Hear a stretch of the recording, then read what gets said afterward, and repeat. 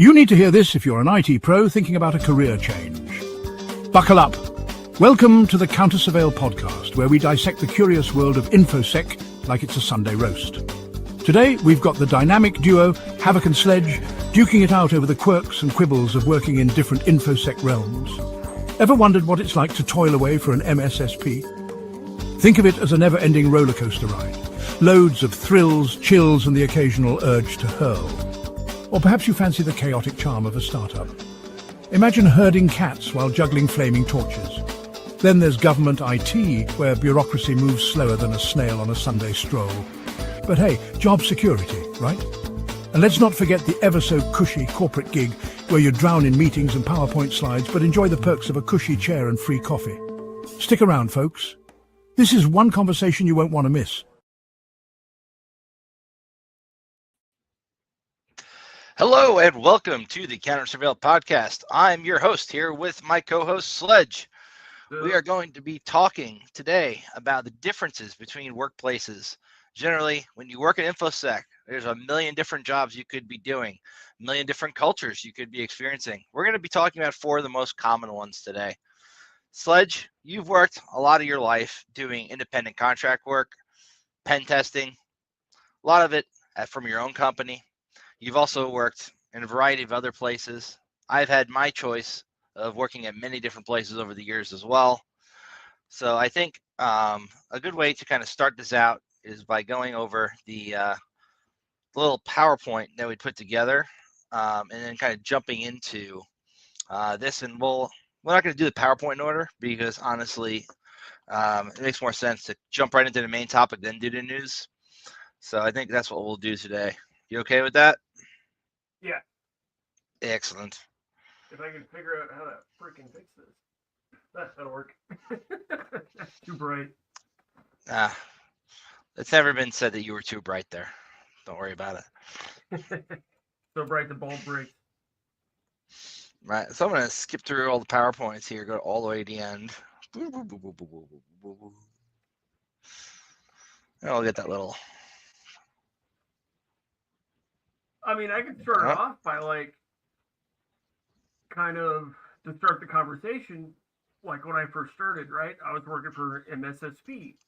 So all you're dealing with is tickets, and your day-to-day is pretty straightforward. Do this, do that, submit a ticket, escalate, yada, yada. Then as you move on, then you start getting more responsibilities, environments change. When you get into not necessarily an MSSP, but like internal pen test organizations where you're on an internal team and you have to coordinate with all sorts of other people, things start to get hectic. And then when you move up from there, you're actually part of those meetings all fucking day. So I guess that's a way to start the conversation. It's a pretty good high level of what it's like. Let me get the screen up here. So this is a little mind map I put together to kind of help us keep on track here. And unfortunately, it's a bitch and a half to freaking see in PowerPoint. So maybe I shouldn't have freaking generated it that way. So let me try instead. You need a different AI. Opening. I got all the AIs, man. You got an idea for an AI? I got that fucking AI already. People are like, hey, what AI used to do that? I don't know, all of them. This is me. So in general, though, like I've worked for MSSPs, I've worked for startups, I've worked for Fortune 500 companies, I've worked for mom and pop shops. It's very different everywhere, right? The culture that you want is really important when you're deciding what job you're going to take, assuming you have a pick between them. So if you're going to be going out for a job in InfoSec, culture is a big thing, man. If you are working at a job and the culture sucks and you hate going to work every day, that's going to wear on you over time. You're not going to be able to keep that job for years on years. That's not going to be like your final destination for jobs. You're going to be looking to hop ship. Corporate culture can be really difficult. It can be toxic. It can be nerve-wracking. It's tricky to navigate for sure. You need to use different language, man. You need to use the corporate language. So like I can't write an email to somebody when I'm asking them to help me fix a vulnerability on, say, a web server and being like, what jackass set up this web server and left it vulnerable? This is not the language I can use. What I can do. I'm used to being able to like just ping a guy and be like, hey, here's your problem. But when you get into a big corporation, you got to go through the CI/CD pipeline, and it takes like 3 freaking weeks to get anything done. Yeah, and it's not just the CI/CD pipeline, mind you. You're also going to have to go through corporate change control, which is going to require putting in a change request and then waiting for a meeting where you justify why you need to have this change done, getting an engineer assigned to make the change, being available when the engineer is making the change. So they might do that outside of normal operational hours, meaning that even if you normally work 9 to 5, you put in a change, you might need to be working 2 in the morning so that they can have you on board in case anything goes wrong when an engineer is actually making the change. It's very different than just being like, hey, telling the web server guy, go fix this, and then watching it being fixed the next day. Yeah. Patch That's the benefit of like, that's kind of why I like working with clients individually from an MSSP or like a security consulting perspective. You can just call them up and be like, hey, you got a critical, they'll have it fixed by the morning. Yeah, I mean, you can call them up generally if you're working in like an MSS, you're not working for them, but you're consulting with them is also very different than if you're on staff with an MSSP or even an MSP, because you're treated differently as an outsider, where you can actually, if you're like a pen tester and you're telling them there's a critical, they're going to push that through the pipeline and try and get that fixed for you quickly if it's a critical. Whereas if you work there and you discover it, they might even take you seriously because that might not be your core job function. Your job is to do X, Y, and Z and respond to these tickets. Oh, you found a critical? Okay, let's have it validated by somebody who knows what the F they're doing. Could be the way you deal with it. How you got to dress every day too, even if you're working remotely. Collared shirt. Can't have messy hair like this. Yeah. Do something to take care of that. Like maybe put a cap. Like even on Zoom calls, I have a dress code. Right, me too. I work for a Fortune 500 company right now. They're in the energy sector. That's my day job when I'm not doing my pen test company, right? So it's very different than. Good question. I have not used Prezi, but I am familiar with Prezi. I've used it in the past. I just didn't use it for this. Prezi is actually the most badass software I've ever used for presentations. I use it all the time. Yeah, Prezi's cool shit.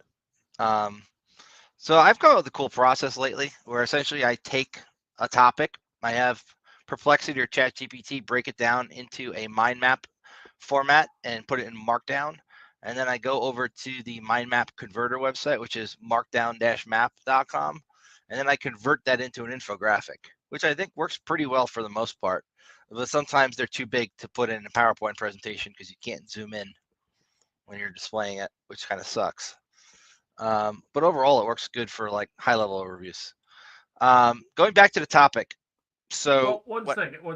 I'm gonna try to move my mic over. My dogs are freaking the hell out. I need to let them out real quick. I can. Well, it's not you go working, let your dog. You keep. You answer the question of who let the dogs out, and I will bullshit with the InfoSec news while you're away. All right, go for it. Ladies and gentlemen, you're in for a treat. I actually put together a PowerPoint this week, so you can zone out as I do the news with a PowerPoint. Oh yeah. Oh yeah. So I'm going to share a screen, window, this bullshit, and share. Whoa. That was not at all what I wanted to do. One more time. Share screen. Window. Use Prezi. There you go, man. Next time.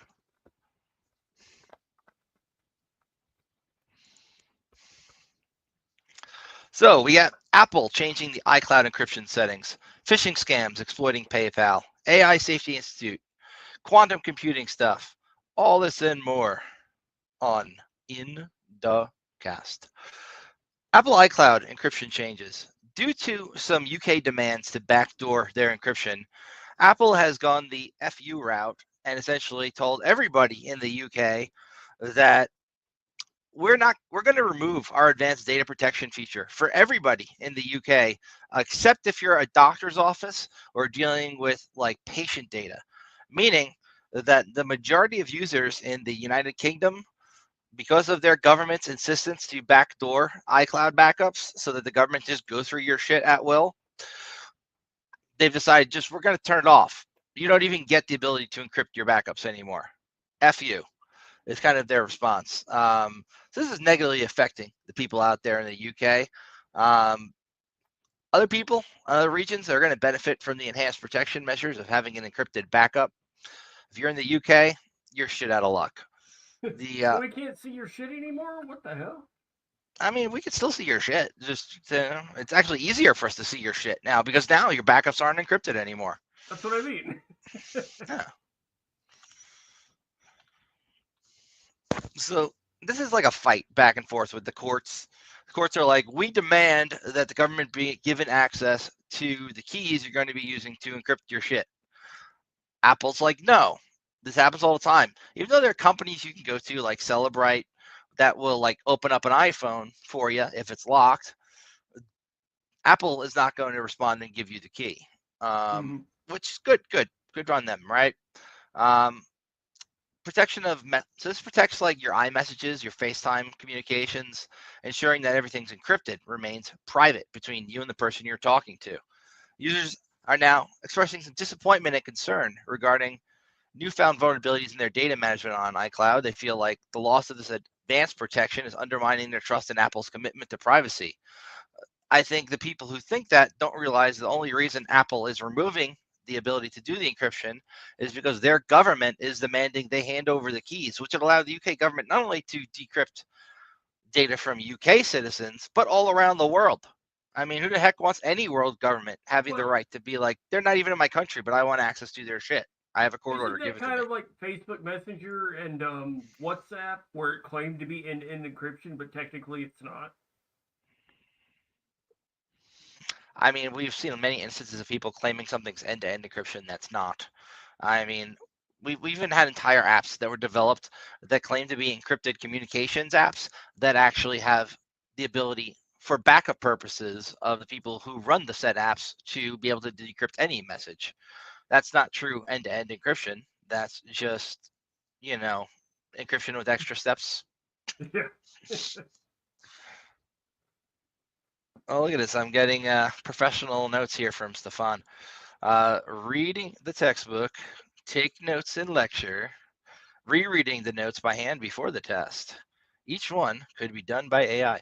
Yeah, there are actually AI programs out there like Countersurveil and other ones that students are using to cheat in class now, which are hilarious to me, that I wish I had access to when I went to school. I had to cheat the old school way of just mounting the teacher's hard drive over the network using the remote access software from the school. But now you can just literally have a Chrome plugin and highlight the question you're being asked in a test and have it just give you the answer, which is kind of neat. Nobody's going to learn anything, but nobody learned anything in school in the first place, so it doesn't really matter. The last interview I did, the guy was like, didn't they tell you not to wear a headset? And I was like, no, I didn't get the memo. He was like, no headset. You got to use your computer mic and speakers. And I didn't realize why until I was like, oh, he's probably worried about AI giving me answers in my head. Yeah, there's actually AIs developed for job interviews right now that are pretty expensive monthly that work very much like Gemini's share your screen feature, where you can share your entire screen during a job interview, and as you're getting your questions, you're being fed the answer over audio. So obviously they'd be a bit hesitant. It's kind of like taking the OSCP exam now when you're trying to do a job interview. If they're doing any live stuff, they're like, set up a camera behind you. It's like, dude, it's a lot of overhead. Also, it makes you wonder about, like, bringing it back to the point, corporate culture. Because if the job interview itself is going to be so worried about you being reliant on tools to be able to answer the question, why would, when you're working there, it be much different culture-wise, right? A lot of Is it a crime for me to Google something when I can't figure it out? Well, look, there's a difference between Googling something and using an AI to answer the question, because AIs can hallucinate. Some are better than others in that they'll give you their sources, but that doesn't necessarily mean that they're the ideal way of doing it. Like if you're programming, right? Back in the day, a lot of people would just steal code from Stack Overflow, modify it slightly, and submit it as their own. Nowadays, you've got access to AiderChat, Copilot, all these freaking tools that make coding like retardedly easy, even if you're not the greatest coder. So you could be submitting code that you yourself don't even understand, meaning you could also be introducing vulnerabilities into a chain and a CI/CD pipeline. If the person who's reviewing your code is also overly reliant on these tools and doesn't know how to code well, then they also might approve a change that could be detrimental to a project as a whole. You could be concluding a vulnerable upstream dependency. Who the hell knows? It's a lot of different shit you can do. Isn't that one meme here? Yeah. Back to the news real quick. PayPal people are getting scammed pretty heavily right now with service at PayPal spoofed emails. So service at PayPal is an email address. PayPal sending out lots and lots of emails to everybody has some issues where essentially they let other people send as them. So when you set up DKIM and you set up all the things you're supposed to set up to do email properly, like SPF, generally it's pretty hard for somebody to spoof as you and that mail to actually get delivered to them without ending up right in the spam mailbox. But when you are delegating the ability to send on your behalf to third parties, such as something like Constant Contact, that means anybody who signs up for Constant Contact and then is allowed to send as any email might just sign up for an account with said mailing system when they see it's whitelisted by your email records, right? And then send emails from the same thing that's whitelisted as you, which is not the smartest thing to be doing, right? So when PayPal delegated the ability for other mailing services to mail on their behalf, people were able to figure out, hey, service at PayPal will let me email out if I use that same service. So they got some really good phishing emails out to people where they're leveraging PayPal's address change feature to do this. By sending legitimate looking emails, they're prompting users to take action, falsely informing them about changes to their accounts. So you're going to get a very realistic email from the actual email PayPal uses that's going to get delivered to your mailbox and not marked as spam, telling you, hey, did you make this purchase for $300 recently when you didn't? And then there's a login button, and that login button doesn't go to the real PayPal. But you might not know that until after you put your creds in, because they are using things like browser in the browser that make it look like you're on the real PayPal site. And if you are not a security expert who knows that this is a fake window that you're interacting with, you could very well hand over your credentials, which is why on top of using MFA and not using SMS as a factor from MFA, you should be very careful about ever clicking a link and then logging into anything. It's always best practice to just go to the website on your own and log in manually. Even if there's a link in the email, unless it's a very specific type of link that you're expecting and you are 100% sure you need to click, always just log into the damn website manually. Don't click the damn link. In fact, when I work, if I have to use the Outlook client, I literally make the change in my client so that all emails I receive are rendered as text. That way, if there's a link in there, I'm going to see where the hell the link is going without even having to have, say, like a proof point thing that's going to put me in a sandbox when I click a link before letting me go to the real website. So this is just, going on. Be careful if you get an email from PayPal. A lot of victims. Yeah. I just sent you a picture on Signal. You should totally throw that up on screen. It's a phishing attack that I just helped clean up a friend's computer, and it was so freaking stupid. I can't believe it even worked. The Wells Fargo and Screen Connect shit? Yeah. The fact that it was being hosted on Google domain, like Google Drive, was insane. So if you look at the download history, you can piece together what happened. Yep. So they grabbed a PDF file that's purported to be from Wells Fargo, likely their bank. So and then she got an email tech support from scammer. Geek Squad, quote unquote Geek Squad, and they convinced her to download this remote management tool, and then they convinced her to get onto her bank account. And when they asked her to log into her account, she started getting freaked out and said, fuck off, yada yada, and never actually gave her the credentials, but they did have access to some of her PDFs, which has routing and bank account numbers. And she got really freaked out because she forgot to close the RMN software. And she noticed the screen, the cursor moving around her screen the next day. And that's when they called me. And I was like, oh, let me take a look. Yeah. That's kind of the wipe and reinstall method. That's what we there. did. I took all the evidence just to fuck with it, and turns out the domain they're using has already been taken down. Has it really been taken down, or did they change it so that when you view it from a browser that's not what they're expecting, it redirects somewhere else? The URL itself is down. They probably changed it. Maybe. Because like when you open up the RMM tool, the executable, you can see where it's going, and at 404s, it's gone. Just because something 404s doesn't mean it's gone. I mean, if you're a lot of ways you can throw up a 404 error message. Is wrong. 404 isn't the right word, but it's completely gone. I was trying. Okay. And the IP was like either Moldova or Russia. Those are the two things that came up. Moldova is pretty good. There are a lot of cyber criminals who take advantage of Moldova's privacy laws, get away with doing a lot of the same shit as Nigerians with 419 scams. Yeah. Well, that was easy, $100. There you go. Take the money and run. That's the rule of thumb. And when she calls you up in a week and has another issue, it's another $100. This is not free follow-up land. Which brings us back to work culture. So when you're working as an independent contractor, you always kind of had the leeway to take on a gig where you're working with somebody independently. They call you up, hey, I need help. Okay, $100, I'll fix it for you, right? Cool. Mm-hmm. If you're working for certain companies, you're not allowed to do that. It's in your employment contract. You can't take on side work. And if you actually, some companies have shit in their contracts, if you read it carefully, that says anything you work on while you're an employee of the company, even if done on your own time, they own the intellectual property rights to. So if you write a cool program that you want to open source, that company now owns said program, and you can't open source it because it's their property, even if you wrote it on your own time. I have a company that worked for a Fortune 100, massive 3-letter company, 12 patents that he does not have the rights to anymore. It sucks. So screwed up, man. Yeah.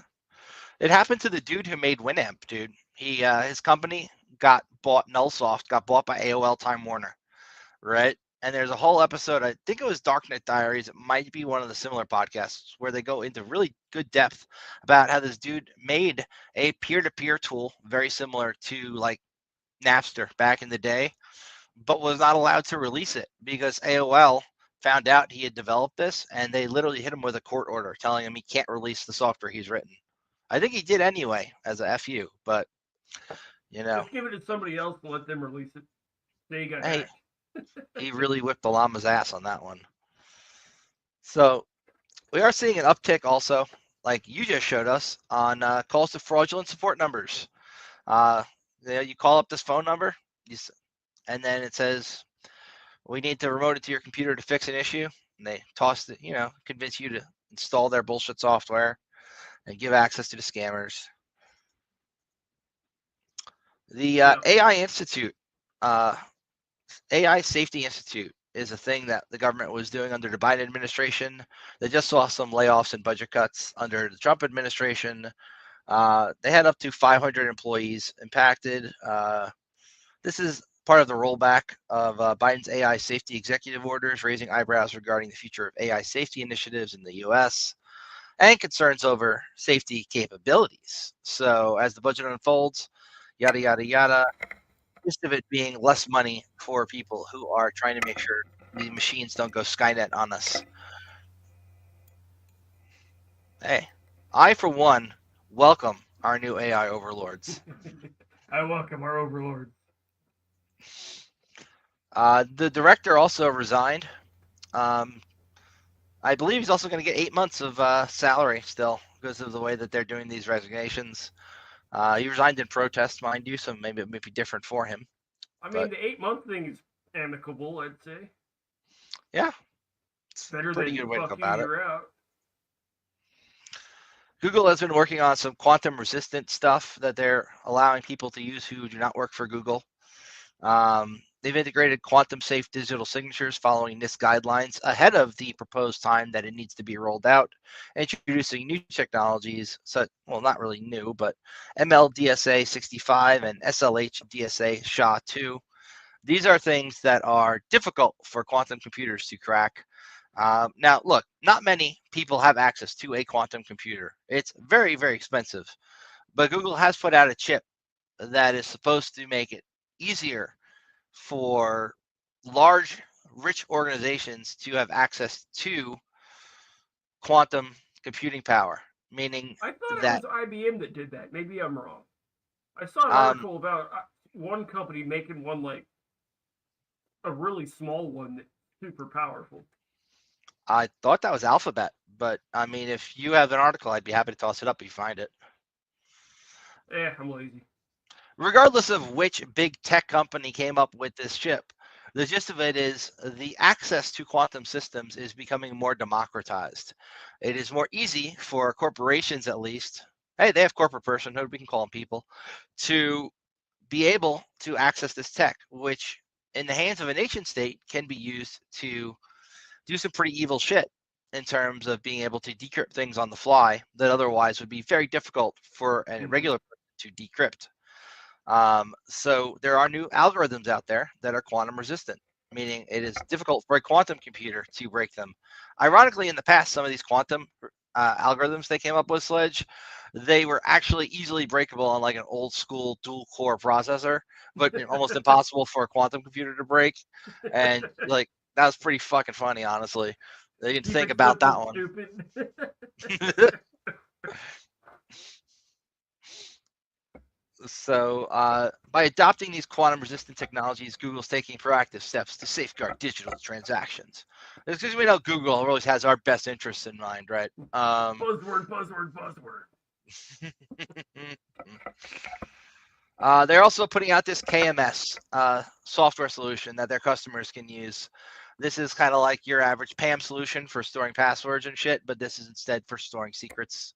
A little different, but same premise. We got some cool incidents this week. The largest ever successful ransomware attack was conducted by North Korea's Lazarus Group, where they were able to pop this Bybit exchange. Now, look, they didn't pop this in the traditional sense, right? They did not actually hack into the exchange. They came up with a really clever way to screw with people doing transactions on the exchange.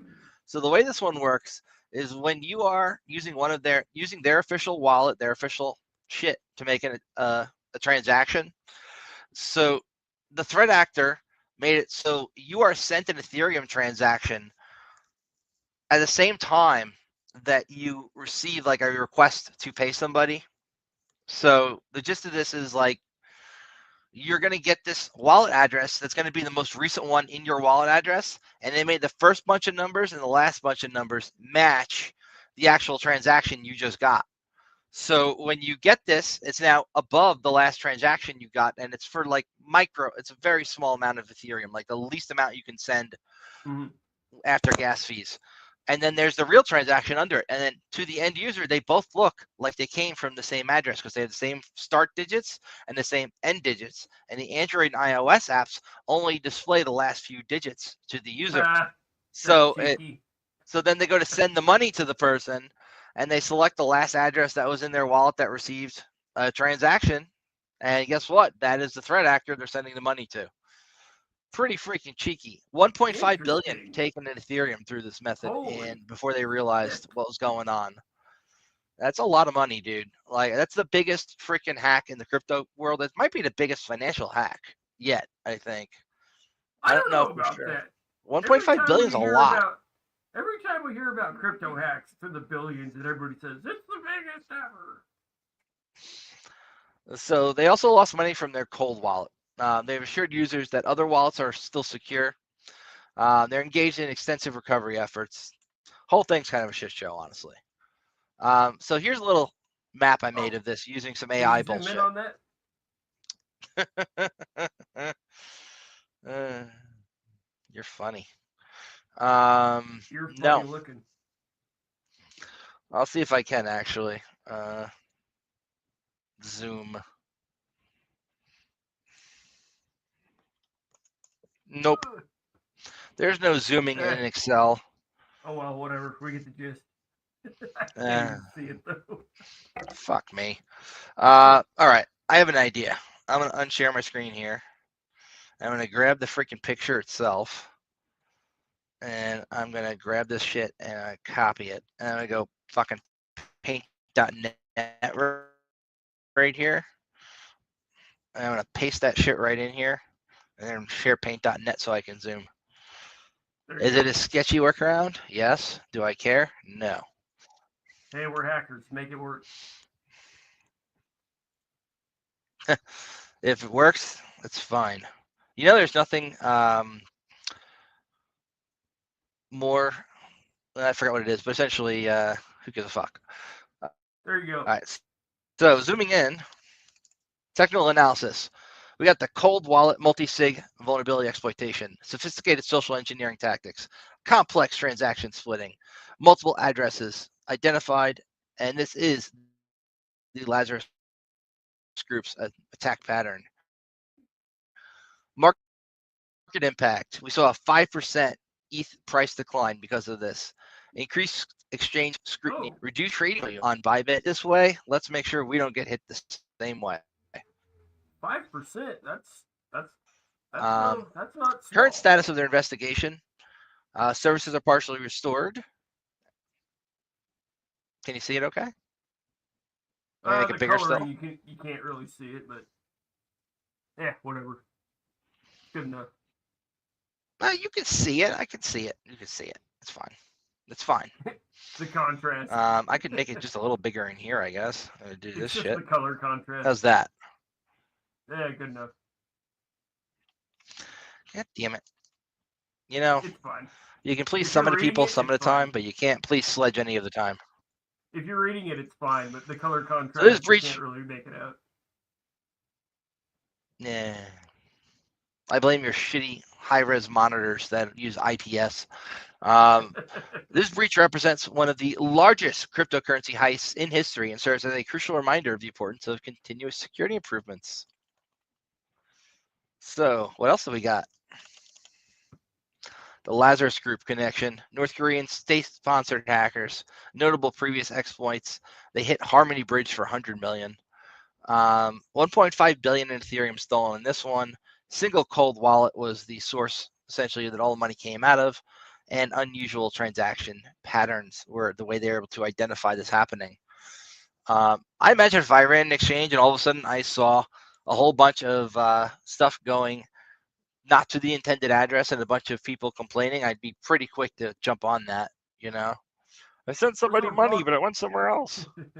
Where's our blockchain security guys? Yeah, I mean, we got a few of them on staff, so to speak, but none of them are available tonight. We did see an immediate withdrawal suspension for 24 hours as a stopgap measure. They enhanced their protocols. Blockchain analytics firm was engaged. Law enforcement was notified. They told the users what's going on. Good for them.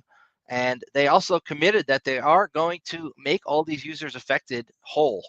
To the tune of 1.5 billion is a lot, though. And I wonder, I don't think most exchanges do that much profitable business in a year where they can afford to spend 1.5 billion to make up for a threat actor stealing money. So here's a question, though. Isn't blockchain, or Bitcoin, the only one actually recognized by the IRS? Ethereum, is that a security if you're asking? I'm not sure. I believe Bitcoin is the only one recognized as an actual currency or storage of value. So, if you steal Ethereum, is that theft in the eyes of the government? I mean, if it's considered an asset, I'd argue that they can get involved, whatever the cryptocurrency may be. Was CrowdStrong supposed to present tonight? Yes, but CrowdStrong decided to go have a beer with Alfkey and is out still doing that. So they're doing that together. Sledge, can you sort your mic? It says. Apparently your mic sucks. I kind of think your mic sucks too. Sort your mic. Actually, what's going on with it? Tell me. I need feedback. All right, it's echoey. Is it echoing? And echoey. Maybe just switch to your Jabra and pull your thing down. No, when that happens, I have to do this. Oh, so you're going to turn it off and on again.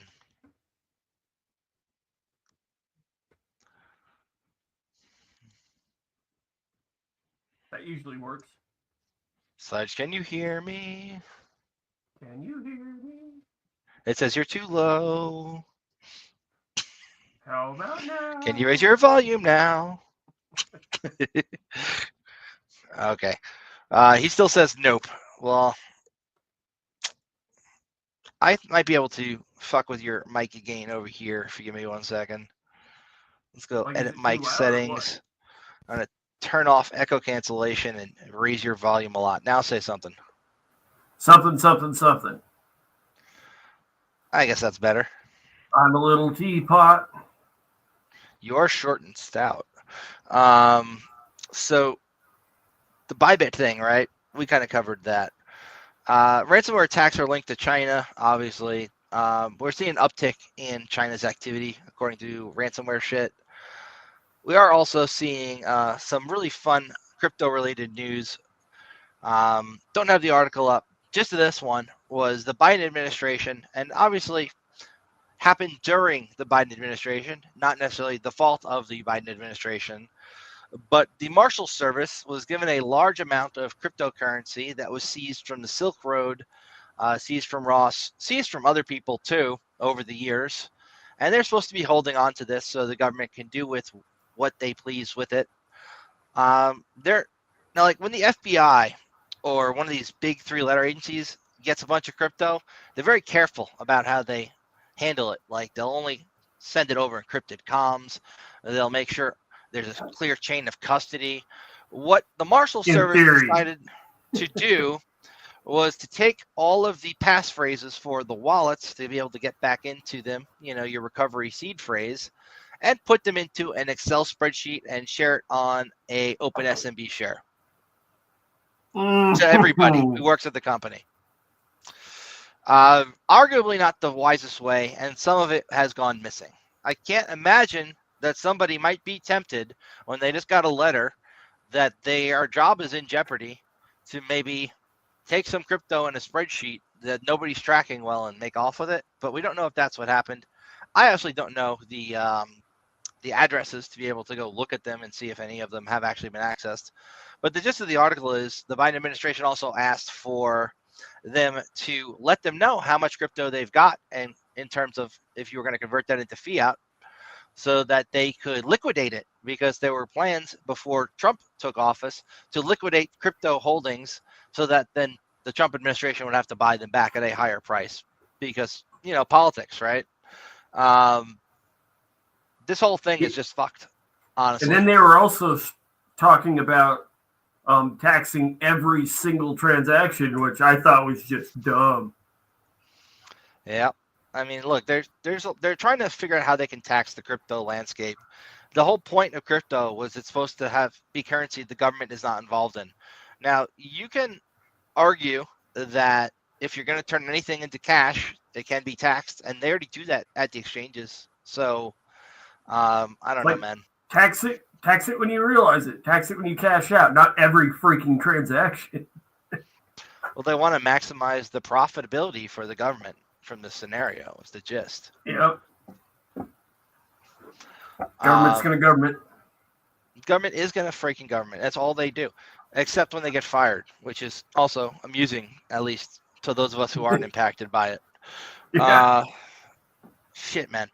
So our core topic this week that we want to talk about is culture, I think, at companies. So you've worked at an MSSP. I have too. A lot of it's elevating stuff to clients, making sure they're aware of what's going on in their network. There are different cultures at different MSSPs. When I worked at one back in New York, that was out in Melville, I'm not going to name it, but the culture there was very much corporate, right? You had to come to work dressed nice. You had to sit in front of your machine all night or all day. You had a break like once, and you could go to the break room, You had to badge in and out of everywhere. It was very locked Mhm. down. You couldn't go on the internet when you were on shift and go look at stuff. They had a TV that you could watch. They'd be playing like the History Channel, but you were not allowed to get on the actual internet from the SOC. And I think that's a good idea if you're running a You SOC. can if you're creative enough. Right. There are only certain websites that were whitelisted. And yes, of course, I figured out how to pivot the hell out, but your average analyst is not going to know how reverse SSH tunnels work.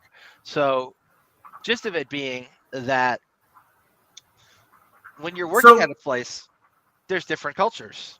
So go ahead, Sledge. I would say let's define definitions. What is an MSSP? Managed Security Service Provider.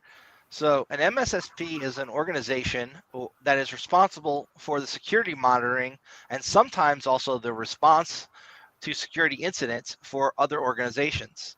Very much like a managed service provider, an MSP does the IT for a bunch of companies, and an MSSP does the security for a bunch of companies. So like when you're starting out in the industry, usually you start out as MSSP. You're that guy that finds things and escalates it to the people that can fix the problem. Correct. So a lot of the times, a very good entry-level job for somebody getting into the industry, and a lot of the times we will recommend, even if you're interested in offensive security, go take a job at a SOC to start, right? That's the first rung of the ladder. It is bottom level. Now, there are other paths, right? You don't have to start there, but it's a very common way that people who are in our industry have gotten started. So, and it gives you a good idea of corporate life too, something to expect as you keep going through your career and growing. You have to learn politics at work is the gist. Yeah. If you want to be successful, if you want to someday be like a CIO, CEO, CSO, any of the COs, really, like you need to learn politics is kind of the gist. You need to learn the corporate communication style, covering your ass. And also, a lot of it is very Machiavellian, in my opinion. There's a reason when I've been offered jobs to be a chief security officer for companies, I've turned them down and have stayed as a senior engineer because I don't want to deal with people. I want to deal with tech. Like, I'm okay dealing with people. I can manage a team. I've managed teams before. I'm pretty good at it, but I don't want to be responsible for an entire organization's security with the politics that comes with that. If you get the politics out of it and there's somebody else who dealt with it, I'd be fine with it. I can tell you how to secure your network. I can tell you how to do segmentation. I can tell you how to set up your firewalls properly, all that bullshit. But when it comes to the stuff they're going to teach you, if you go to take like the CISSP, the domains of information security, the CIA triangle, all this kind of shit, at the end of the day, if you're an engineer fixing shit, doesn't usually affect you unless you need to maybe get a change control in.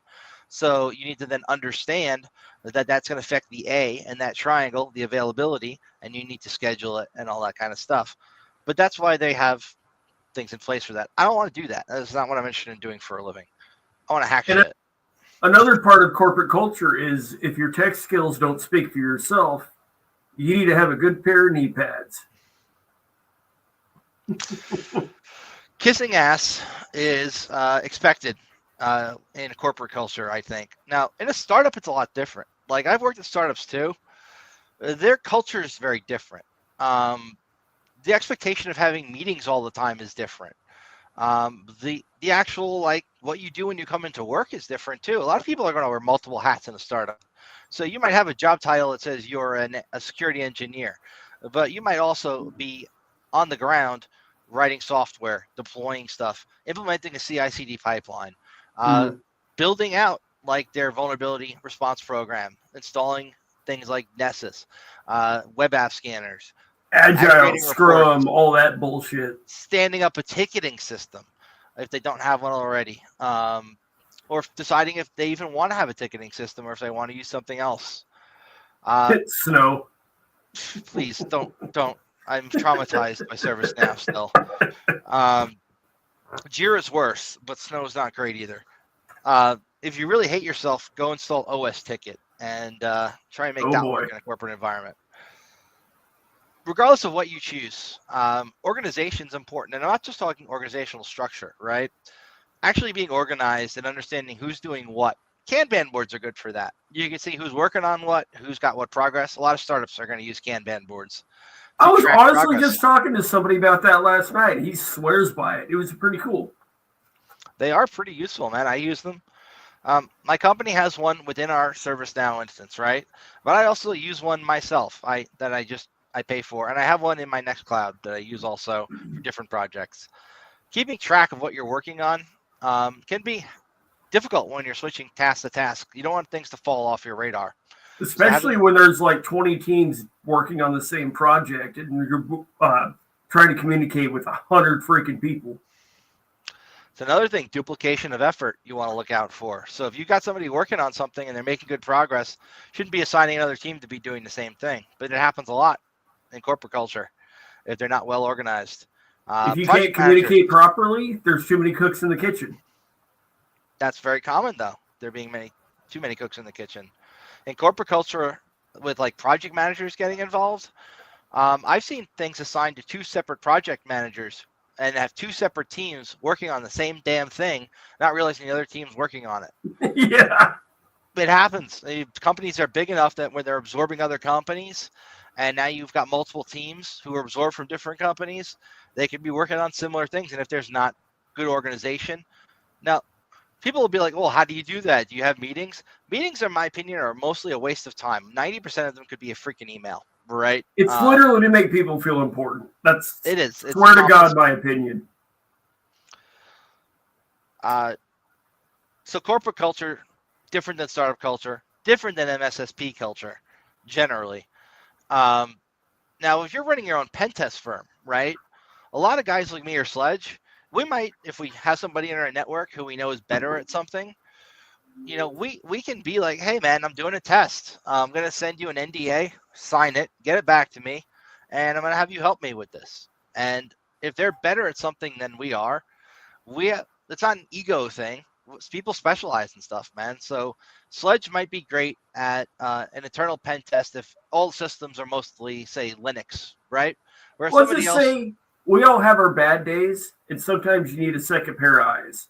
And when it comes down to the wire and you want a second pair of eyes, hey, bro, you want some money? Take a look at this. See what you can find. Right. And it's great to be able to have that flexibility. Now, if you're a big corporate pen testing firm, you're not allowed to do that shit, man. If you're working for like Relic, I don't think they're going to be like, hey, you can go ask your friends for help on this pen test. There's a very different expectation there, right? Mm-hmm. So another cultural thing when it comes to companies, who does what, how they do it. I think at the end of the, go ahead. No, finish your point. At the end of the day, the culture of where you want to work is just as important as the salary, because you could be making a lot of money and hate going to work every day and just be looking for another job when you're not working, because even if you're making a lot of money, there's more to work-life balance than making a lot of money. You got to also take into account hours and stuff. Like some jobs will tell you when you're getting hired, this is a 40-hour-a-week job.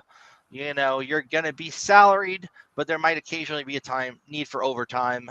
You don't get paid overtime because you're salaried as opposed to hourly, right?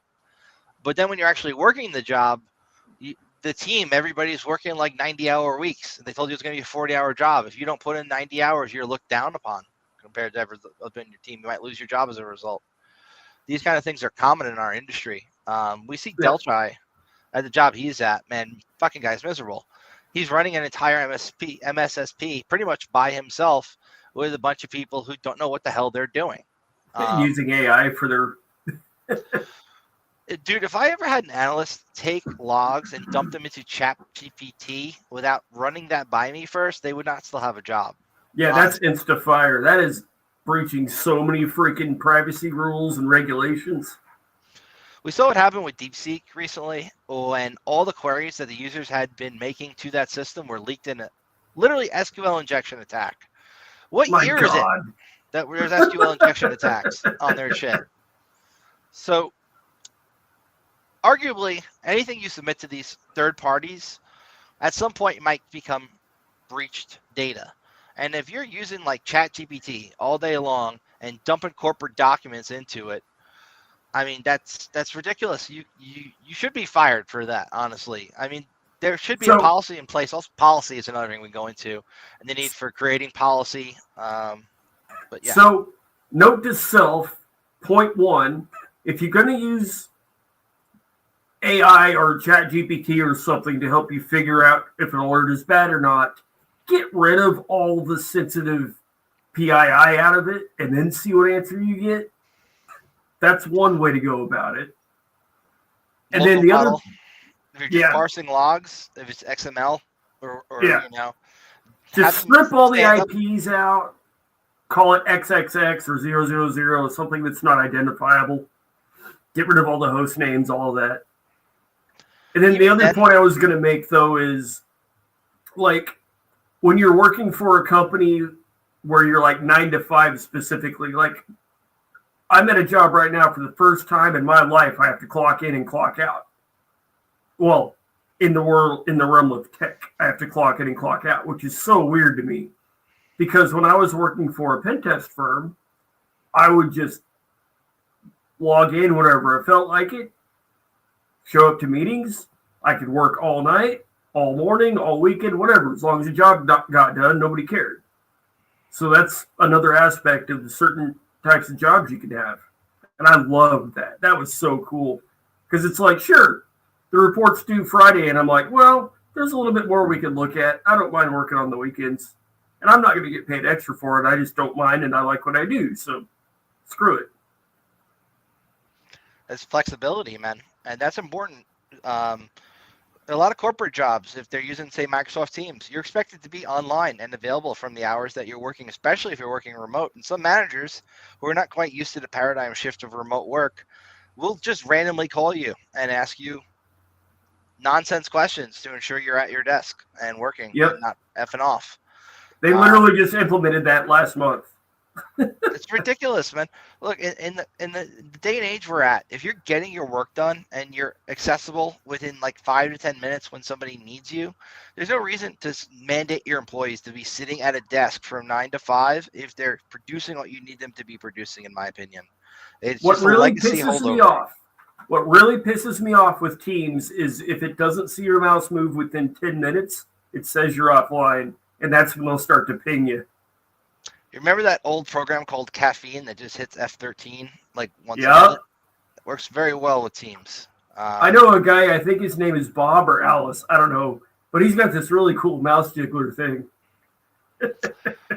Funny story about mouse jigglers. It was China, was sending mouse jigglers to companies for their employees that they were targeting that had backdoors in them where they're working like your typical ducky script that are going to 99% of the time is going to work to jiggle the mouse. And then once in a random ass blue moon, it's going to pop up the command prompt window and type PowerShell code and initiate reverse shell. And they literally send them to companies with that company's branding on them, just like a USB drop attack. And that's fucking brilliant. It's great shit, man. I want to try that. Dude, I imagine even if you send it to people, just looking at like a LinkedIn, like for a company, and identified like the developers, and then sent them a nicely packaged mouse jiggler that had like their company logo on it, claiming it's like swag or something, those idiots would fucking plug it in. Oh yeah. Especially with the need, like a lot of stuff's gesturing, posturing. Like they need to stay on Teams, right? Politics bullshit. They need to show specifically like this thing that's going on with Musk, where he's telling them they gotta just say 5 things that they do. Don't even have to be verifiable. Not going into politics land, but like if you can't say 5 things you did in a week, you're probably not working. Like I could list like 30 things I did today at work, and this was a slow day for me. So if you can't say 5 things, I mean, it's kind of like, what the fuck are you doing? And with the job I'm at now, they have these little tasks that you have to itemize and put how many hours you do each thing each time. So I'm like, how many hours did I spend on meeting? How many hours did I spend talking with coworkers trying to figure something out, how many times I actually spend doing the job. And when I start adding it all up, it's like, I got maybe an hour and a half to actually do the thing because I was on meetings all day. Yeah. Yeah, I assume you're using ServiceNow then, because that sounds very much like their time entry module. Yeah. Yeah, man. So ServiceNow is bullshit, right? The way that they keep track of time is also garbage, in my opinion. Like, some companies are going to be like, you need to put your time in every day for everything you did. Other ones are going to be like, at the end of the week, you need to put in your time for everything you did throughout the week. I'd argue most people, as a result of that, what I personally used to do when I was required to do this, I would work while I was in meetings and then bill for both. So I'd have time I was working, I'd have the meeting taking up like 1.5 hours, and the work I was doing during the meeting taking up 1.5 hours, both in ServiceNow as billable, just because you don't have to put in the actual time that you're doing it. You just have to allocate how much time you did. As long as it equals 8, nobody cares. You only have 8? I have 9. Anyway, productivity is not what's being measured here. It's bullshit metrics so that they can justify your salary. Correct. Now, when I run like a pen test, you saw, you and I did a good one recently. I mean, I wouldn't nag the crap out of you. I left you to your own devices. You did good shit. We got a good report out. The client was very happy. There's no need to be like every 10 minutes, hey, what are you doing? That's ridiculous in this modern age, especially for the culture associated with a pen test firm. I will not work for somebody that micromanages to that extent. That's just fucking dumb. And arguably, if you can do a pen test better than me and do it in 3 hours, where it would take me 15 hours, I would rather have you do 3 hours and just charge that out to the client than waste 15 hours, right? I mean, that's honestly a different argument, because that's why a lot of us charge per project, not by hour. Yeah, Drew was mentioning that you know, he charges by project now. I still charge by hour, but I'm probably going to change that. Me and him talked about that like 3 or 4 years ago at Black Hat when I was starting Desert Rain. So we were discussing, how much do you charge per hour? And he was like, man, I just charge by the project. And I was like, okay, let me try that. I mean, I scoped out projects where I thought I was going to need X amount of hours, and then it turned out I needed a lot more, and they ended up eating shit because of what I estimated was wrong. And then other times where I overestimated, and I had free time at the end, so I just did other shit to add more value to the report. It can go that comes down to live and learn on your scoping. Yeah. Scope creep's a bitch, too. Like, agree to something, and then they come back and are like, yeah, we want you to do this, too. It's like, you have to have somebody really firm managing your shit, telling them no. Hey, if that happens, I would be like, that is a second project. We're going to put that in a different SOW. Very well done. And like, when it comes to corporate culture, right, a lot of them require a pen test 1 or 2 times a year. Bigger companies, it's a checkbox. And arguably one of the biggest problems we have in our industry are people who are selling VAs as pen tests.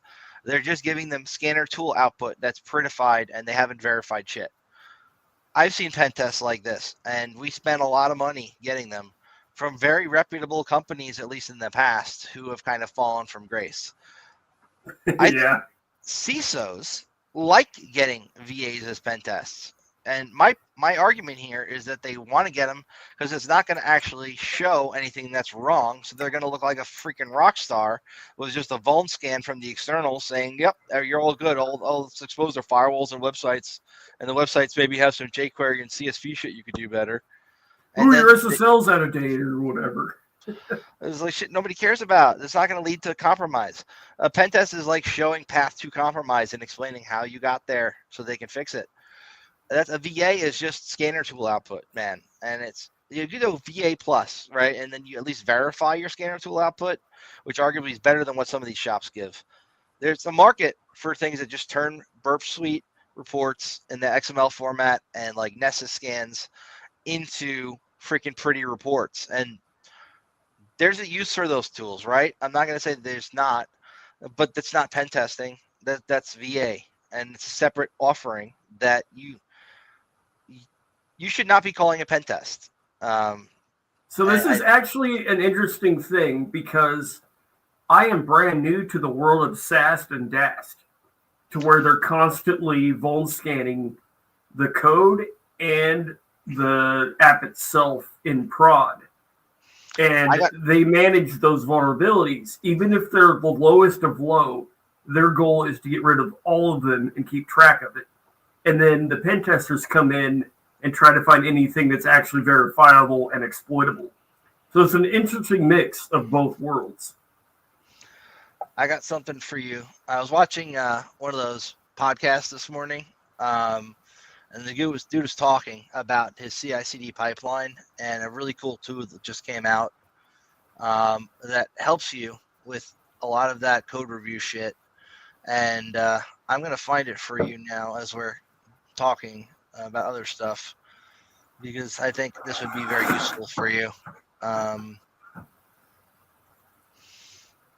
Just give me a so minute. now I am the vulnerabilities scan SAST manager-ish and the pen tester. So I'm wearing a bunch of hats now, so whatever. What would you say are the key differences between static and dynamic analysis when it comes to code review? To my knowledge, static is it's actually going through the code. Dynamic is when the app is actually running. Accurate. So a lot of the times, these CI/CD pipelines, they have a step when you're going through your shit where the person who has written the code checks it in on, say, GitHub, right? And then that code, before it's being pushed to production on like a main branch, needs to then be signed off by a second person who then approves the pull request, right? Very, very common. They now have also these tools you toss in the middle, which are AI tools for the most part, and they analyze the code that's there for common vulnerabilities, easily overlook things that could cause a buffer overflow if, say, it's C++ code, or, like, these tools are pretty good. And I used to use SonarQube to do this back in the day. Now they have this stuff integrated right into GitHub to a degree. And this podcast I was watching this morning, the guy, I have to freaking look at the notes I took real quick while we're talking. But this tool was able to catch those upstream issues that we talk about all the time, where you have like S-bomb shit. S-bomb shit, yes. So when you have like a vulnerable dependency in your code that's upstream, it was able to find those like 90-something% of the time, which arguably is way better than the other tools that claim to do this, and it was free. So let me find it for you, because it might be something you can integrate into your pipeline. It just gets really, really complicated when you've got 300 apps and each app has its own team in and of itself. So getting all those people to communicate under the same tool, under the same playbook, whatever communication process, that's what gets really complicated. Of course. I mean, communication is always going to be the biggest issue, especially with developers, because a lot of them are very solo and don't like to work well in teams. It's like, whose job is this? Who does that? Who did this? And arguably, in your environment, if you're doing any kind of vulnerability management stuff, you should have a very clear list of who your POC for any given topic is, so that you know who to reach out to. Even if it's just their managers for each team, you should have that shit handy so that you don't have to guess and be messaging people on teams like, hey, who's in charge of this? Trying to figure that needs to be well defined, as well as like your external attack surface mapped to the internal systems. So like if you're going to do a port forward on port 443 from your local box out to the internet, that's going to be like a 1-to-1 443. That's cool. But a lot of the times what's going to be running locally might be, say, 8443 mapped to, say, port 443 on one specific IP address on like 500 external IPs you might have. And knowing what every port externally matches to internally is something most companies don't really keep track of very well, that they really should. Because when you find something externally in a vuln scan, it shouldn't be a month-long process to then track down what that correlates to internally so you can go get somebody to go fix it.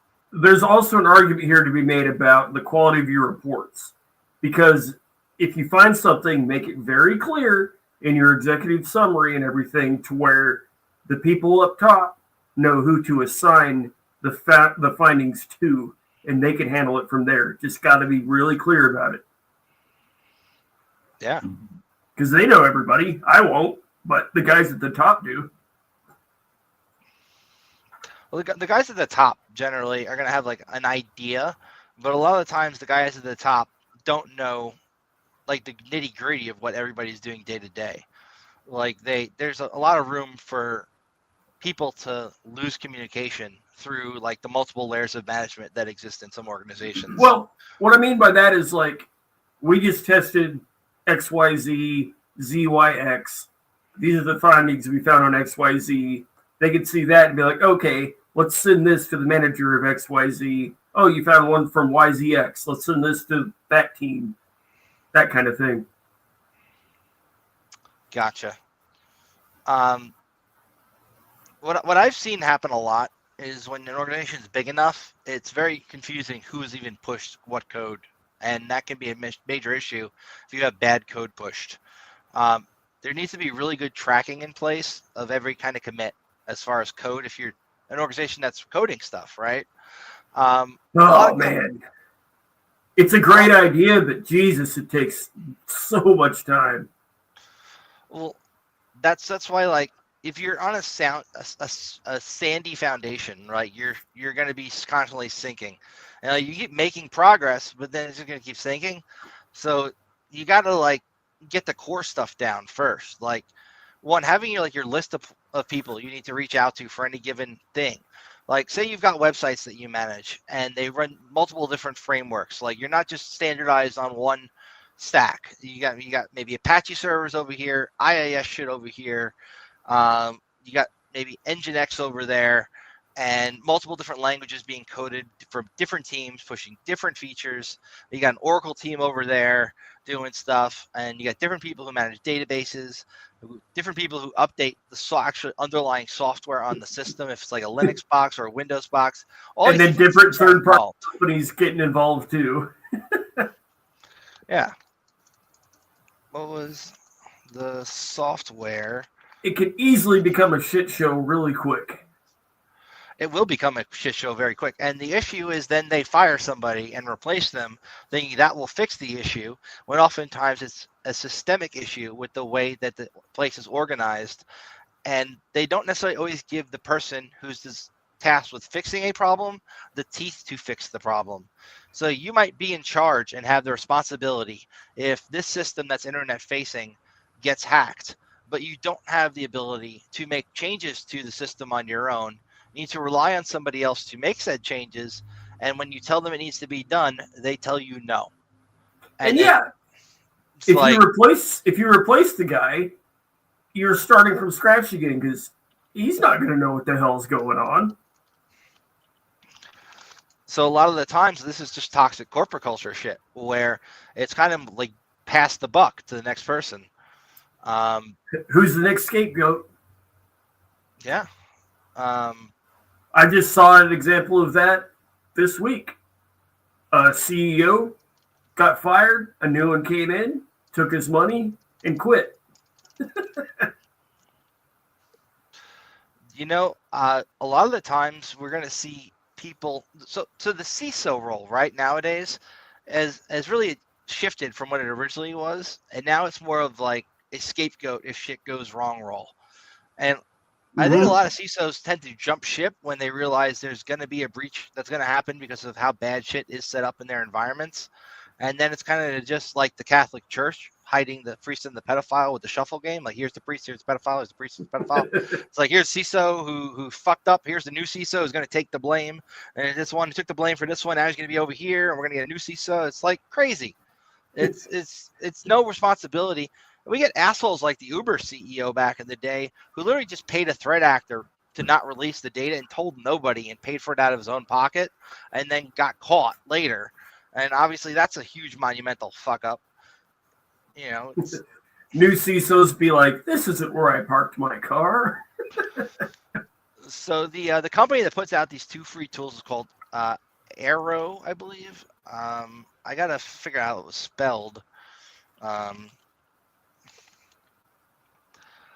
Arrow. I was there this morning and I can't find it in my bookmarks.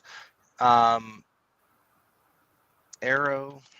Maybe if I just Google it, code audit tool. I think one was called like Protect or something. None of these are it. Ask Perplexity. So I'm using GPT. It's got the transcript of the YouTube video. Unfortunately, it's going by what it sounds like he says rather than what actually, it's like OCR getting shit wrong. Mm-hmm. So it says the malicious code detection tools were released by Arrow, a security research group. They developed 2 open source tools designed specifically to detect and block malicious code before it's integrated into software projects. The tools utilize comprehensive static analysis rule sets for semantic reputation and open graph. They feature a GitHub integrated project scanner called Prevent. So I think Prevent had the R capitalized too. Let me see if I can just find it that way.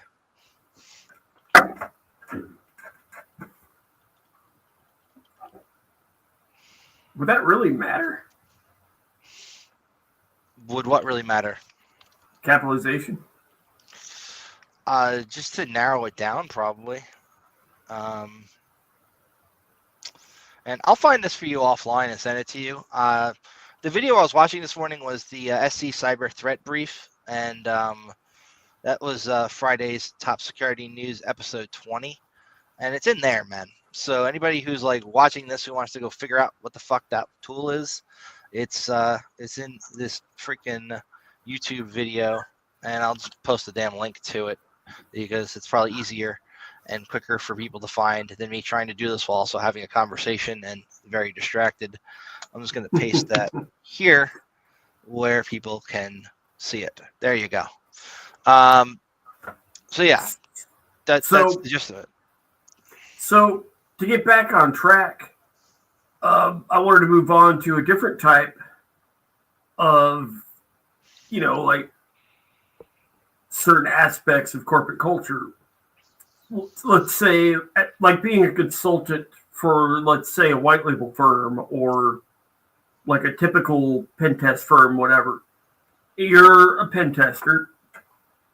Get a new client, maybe 2 clients a week, right? And it's really nice to be on the scoping calls with the management and everything and be able to ask your own questions, make sure everything's clear and precise, make sure everything's set, and then you can help modify the scope if need be. Versus when a sales guy oversells or does something dumb. So that's kind of why it's good to have freedom, and like it's good to think about that when you're choosing a job. So, in my opinion, typical sales guys should never be scoping a pen test. What you should Which unfortunately they do. Agreed. But what you should be using is a sales engineer. Somebody who actually has technical knowledge on top of sales knowledge. Like my brother Richard, right? That dude knows freaking the equipment that he sells inside and out. So if a customer has a problem with it, like he can go freaking help them, right? When you have somebody scoping a pen test with a client, and arguably this is one of the most important things, because if you have scope creep as a result of a poorly scoped pen test, you can eat a lot of shit in terms of both the client being dissatisfied with what they're getting and also you eating shit with having to do a lot more work for a lot less money. That's actually more important if you're doing it by yourself. If you're doing it through a company, they eat that. Yeah, but it's different if a company's going to eat it versus so like corporate's different in different places. And when I've done pen tests white label for other people, different expectations for different shops. Like if you ever worked for Jimmy, he's very, very demanding in what he desires, right? Jimmy busts ass because he provides tests that are very high level. There's an expectation that you're going to do very good work, but he's going to make sure that you've done said work and check the boxes. Other companies are okay with the assholes doing VAs as pen tests, right? They would be happy with that because then the client's happy with that. And different clients want different things, we can't call them all pen tests if we're going to be delivering different things. So Dude, the scope I is also tore, important. man, this new job, right? They showed me the pen test report they've been using, and all it was a bold scan. And I'm like, what is the difference between this and your DASP scanner? If it's one-to-one, you're having some major issues. So I redid everything and sent it to the boss, and he just started laughing his ass off. He's like, I can't believe we were sending that other report out to our clients. Yep. Arguably, you and I, the modifications we made to the report that we used on the last test were very good. I think we came up with an excellent template going forward that I'm sure you stole for other things, which I'm fine with. Hey, whatever. Mixed match from all over the years. Exactly. There needs to be more collaboration. Like, there are some good people in our industry who give back to the community.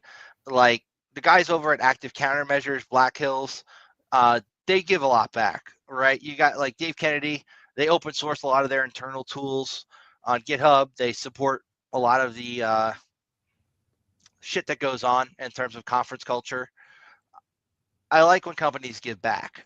I don't see a lot of big pen test firms giving back any more than we're going to send some guy to give out swag at your conference and pay for a booth.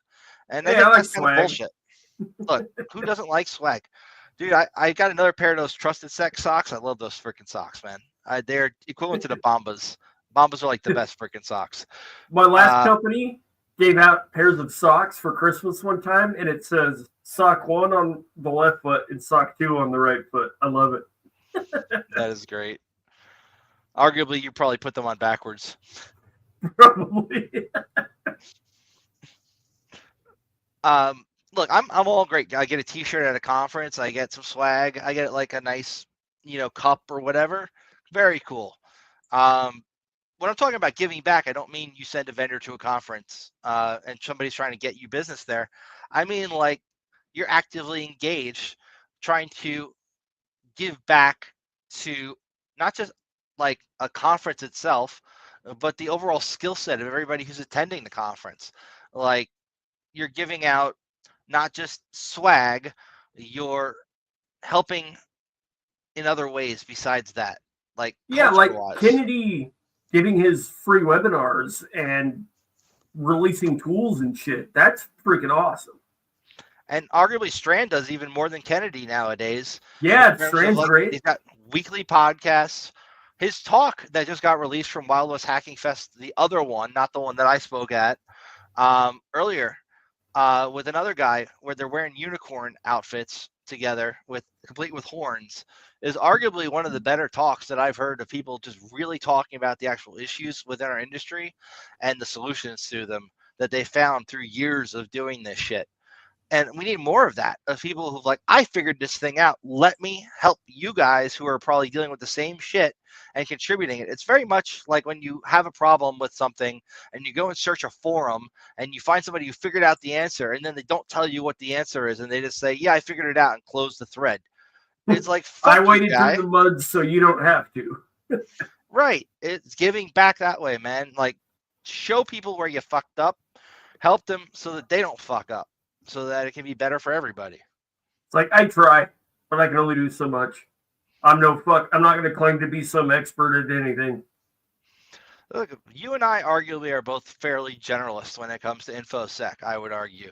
Like, you specialize in some things, I specialize in some things.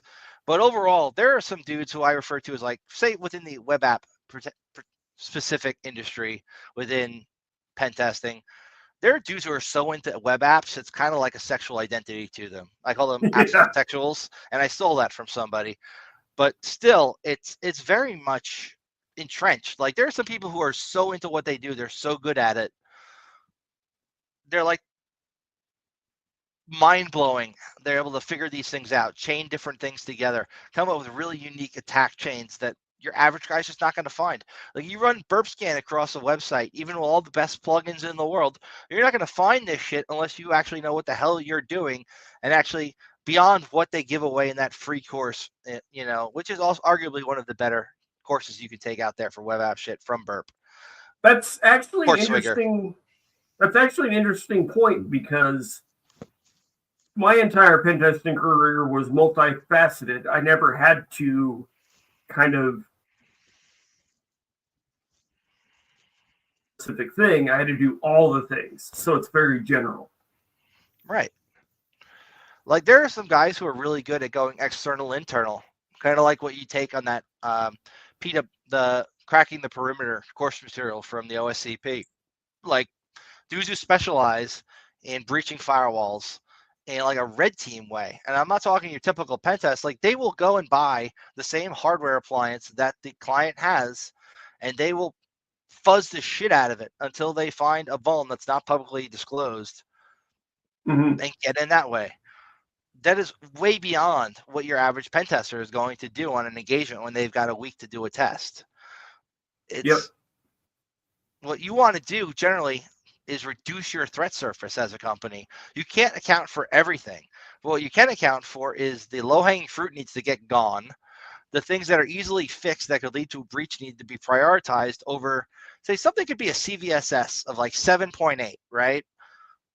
And could lead to somebody actually getting in without having to chain that with anything else. And something else could be a CVSS of like 9.9, but there's no POC code out for it. It hasn't been observed exploited in the wild. You should be prioritizing the 7.7 before the 9.9, because that's what you got to fix to prevent people from actually breaching you. If your SSO provider has a configuration issue that would allow for, say, what happened with the Google OAuth nonsense back in the day, where you could set up a website, if somebody authenticated to it with their Google account, you now own that person's Google account and everything's associated to it because there was a reuse issue. Like, that's a huge issue compared to, like, you got to fix the content security policy on this website that has no information in its back end that is even valuable to anybody. Like, you've got to prioritize shit. And like running a successful vulnerability management program is a lot of work. And it's not usually just one guy doing it. It's a team. A lot of corporations don't necessarily have a team. So it's one guy who's in charge who then reaches out to everybody else to get shit fixed. And that becomes a PM role. You know, it's like different. So that brings up an interesting topic. How do you prioritize when somebody wants you to make a risk matrix? So when it comes to attack and defend from MITRE, there are tools that'll automatically categorize like attacks and shit like that into the appropriate boxes for you. Arguably, that information is useless to anybody who's not an auditor or like a CISO who doesn't understand how, like, say, a typical phishing attack could turn into a domain admin compromise when you've got hashes going across the network all the time and don't have SMB v2 like turned on properly with the encryption so that you are signing it instead of like unsigned everywhere. Arguably, servers should be signed by default, but I've seen companies that turn that off because they want the transport to be faster. Like, it's dumb mistakes like that, like not disabling LLM&R. Arguably, you don't need to do responder with LLM&R anymore, but like little things like that that could be fixed that most people don't even know are an issue because there's not a CVSS score associated with passing the hash. There's not a CVSS score. You know what I mean by risk matrix, right? The red to yellow to orange to this big square, it's like a heat map kind of thing. To me, that's garbage, and I do not like that in a report. I think it's worthless. Depending on your VulnScan tool, if you're using what Nessus has, their corporate version called Insight VM, you have options of prioritizing outside of CVSS. There's another one they have that is kind of their take on risk actual compromise. I forget what the terminology they use is, but you can actually pick that as your default, and that will prioritize those kind of vulnerabilities that actually would likely be risk impacted. Versus likelihood, I think. I think it's likelihood of exploitation, but I don't know the acronym they use for it offhand. If you're using OpenVAS, you're pretty much stuck with what they give you, right? Arguably, a lot of the stuff that'll get you popped is not stuff that even has a CVSS score associated with it. It might have something on like the MITRE attack or defend framework associated with it.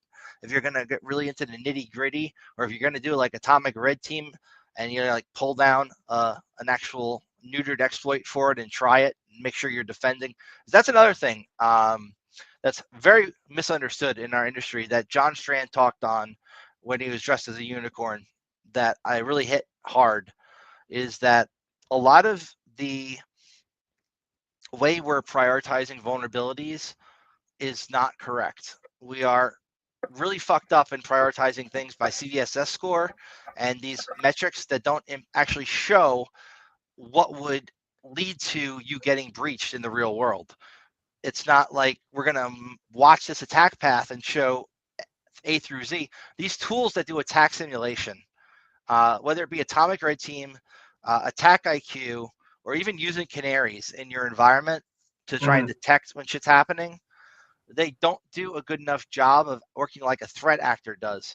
And a lot of the times a CISO or somebody who's managing that program is going to be like, yes, we can detect past the hash based on this signature that's written in Attack IQ, and we can detect all the techniques that App35 uses based on, they're the most likely one who's going to breach us based on the industry we're in.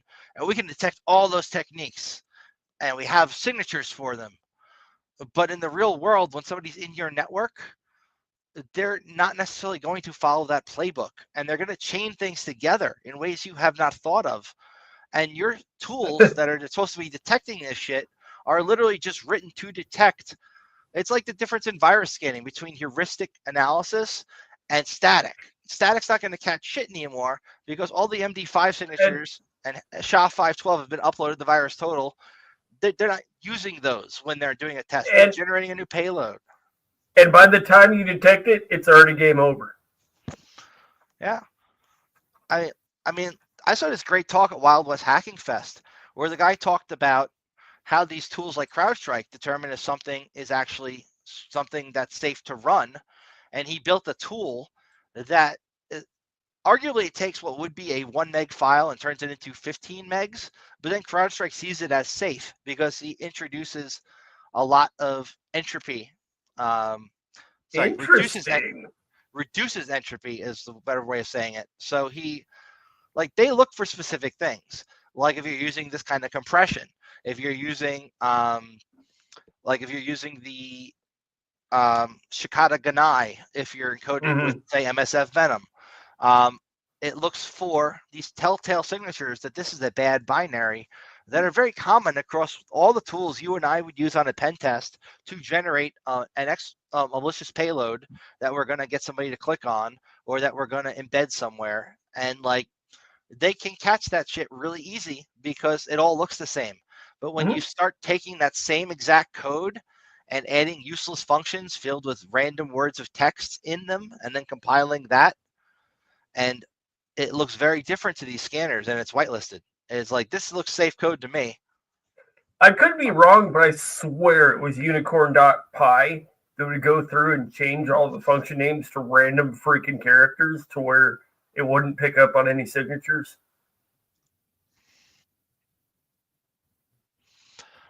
Unicorn's good at bypassing AMSI and uses a variety of different techniques on that. If you look at the commit history on the GitHub, which is trustedsec.com, github.com/trustedsec/unicorn, I believe.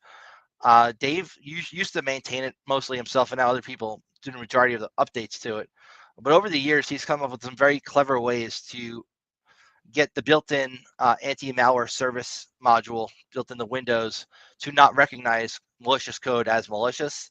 There's different techniques he's used between obfuscation and other things, but replacing function names I think is fairly generic, like in terms of trying to not get detected. And if it's going to get compiled anyway, it really depends also on the compiler, how it's doing static linking, all that fun shit. I'm not a malware guy. I've taken some apart. I love what VX Underground does. Smelly's awesome. I keep nagging him to come on the podcast, and he won't come on the podcast. He's like, don't do interviews. All right. Well, it's not an interview. Come shoot the shit. Yeah, man. Smelly, come on our cast. Don't stink. Man. So I'm not great at reverse engineering software. I've done some of it with Android shit to get apps for free. a lot of it arguably was just following along with InfoSec Ed Sheeran and I forgot his name again, John Hammond. Yeah, he banged my cock. Yeah, he has a great interview on Android malware reverse engineering. He has a few, but one of them is literally like shows you step by step how to take the APK apart, turn it into Java code, what programs to use to do that, and then how to comment out things that might be like, this is the difference between somebody who's paid for the app and somebody who has not, and just take that section out so the app goes right to the main function. So, I like the one that the guys from Paul Security did. They did a really good one on Android about 5 years ago. Paul Asadorian has consistently also been one of the guys who puts out really good content with this week with his podcasts. Arguably, it was Pesci that did it. Oh, I thought you meant other Paul. Okay, Larry Pesci from Paul Security. Okay, He's that the makes co-host. more sense. I was wondering why Paul would be doing that. So good on you for clarifying. Regardless, there's a lot of really great free content out there on the internet. Iron Geek's channel that you're probably watching this on has a metric shit ton of talks. Recently uploaded talks by Wild West Hacking Fest. A lot of good ones there. Also CCC. I still have not had time to go through all the CCC talks from this year. And they're all online and free for you to look at your perusal. Like, if you want to learn something, go learn it. And there's not really an excuse other than maybe bandwidth, right? Well, there is an excuse. There's not enough hours in a day. Hence bandwidth. I don't mean bandwidth on your computer. I mean your bandwidth. Dude, I used to sleep to Iron Geek talks. It was like literally like everything he recorded would just be on a, like I would have to set the timer. Otherwise I'd miss, like I'd wake up and then it'd be like 2 talks later and I would like, which ones did I watch? Which ones did I not watch? Hard to keep track of shit. It'd be a cool project. You know that that website they've got to share like what book you're reading with other people and how much you like it, Goodreads? Doing something like that for like InfoSec talks, like when you really like a talk, like maybe write a quick summary of it and why you like it and share it and have that be like a platform for sharing InfoSec talks and like you just link to the video. That would be a really cool idea. I like that. Let's fucking do that. We could have Evelyn build it for us. And then you could be like, here's the time frame of what I actually thought was interesting and skip the fluff and get to the meat and potatoes. Ooh, that's a good, dude, recutting InfoSec talks right to the meat and potatoes too.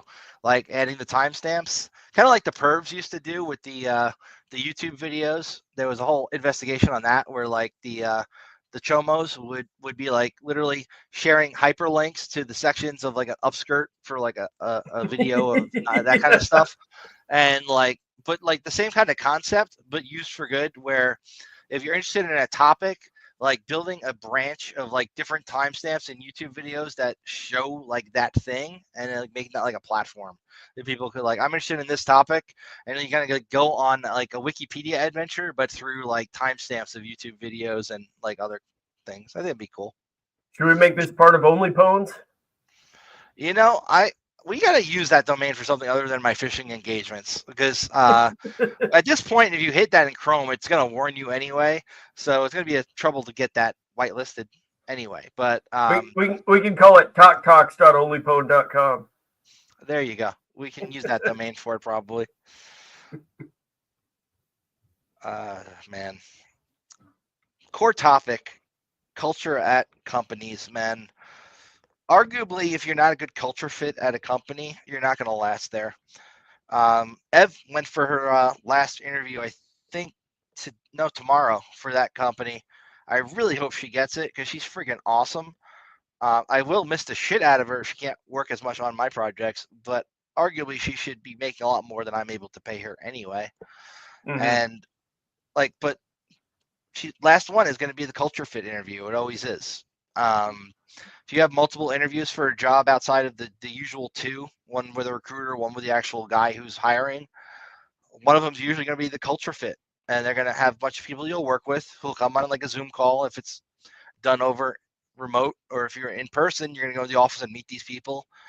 And you got to really present the best version of yourself during that, man.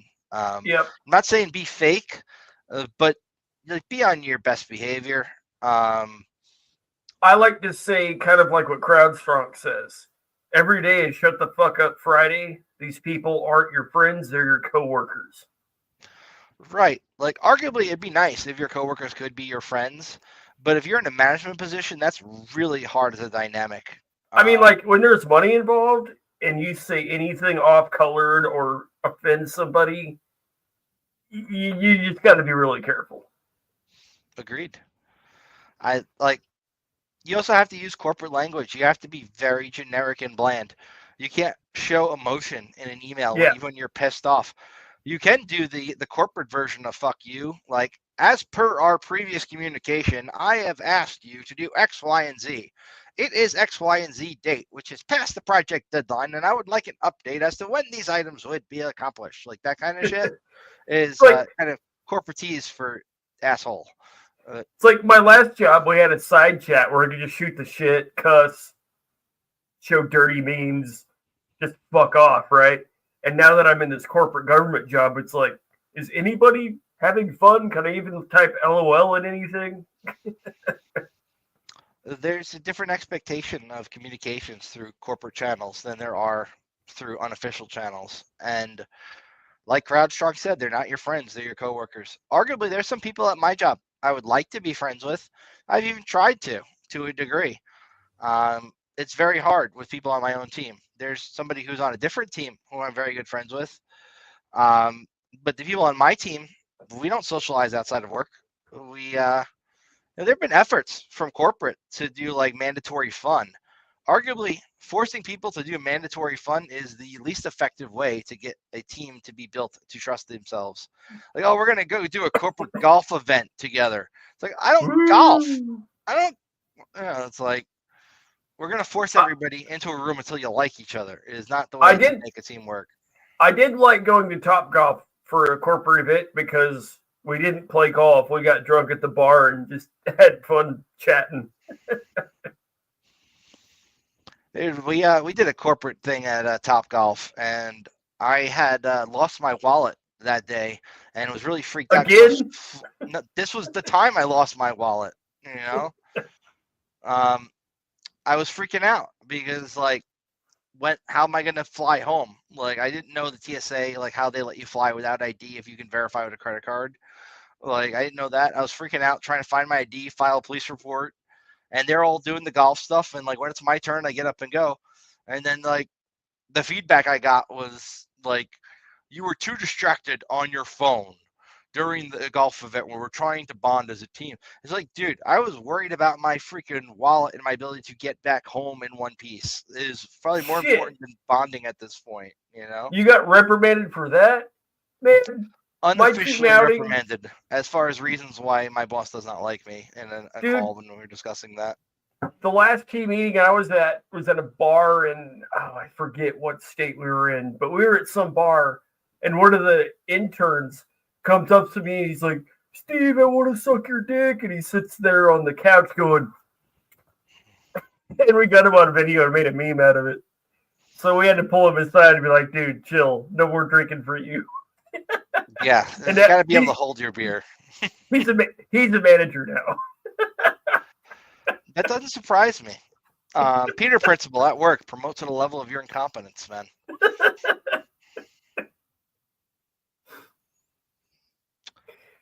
Needless to say, that was awkward. Of course it was fucking awkward. I'm an awkward motherfucker. Like, I can be social for a little bit, but then the tism comes back and it's hard. It's like, then I gotta go, like, de-stress somewhere and find a quiet place and, like, recharge my social batteries. But, like, in a corporate environment, when you're, like, doing the bonding and fun shit together, supposedly, like, mandatory fun shit, quote, you can't be yourself, man.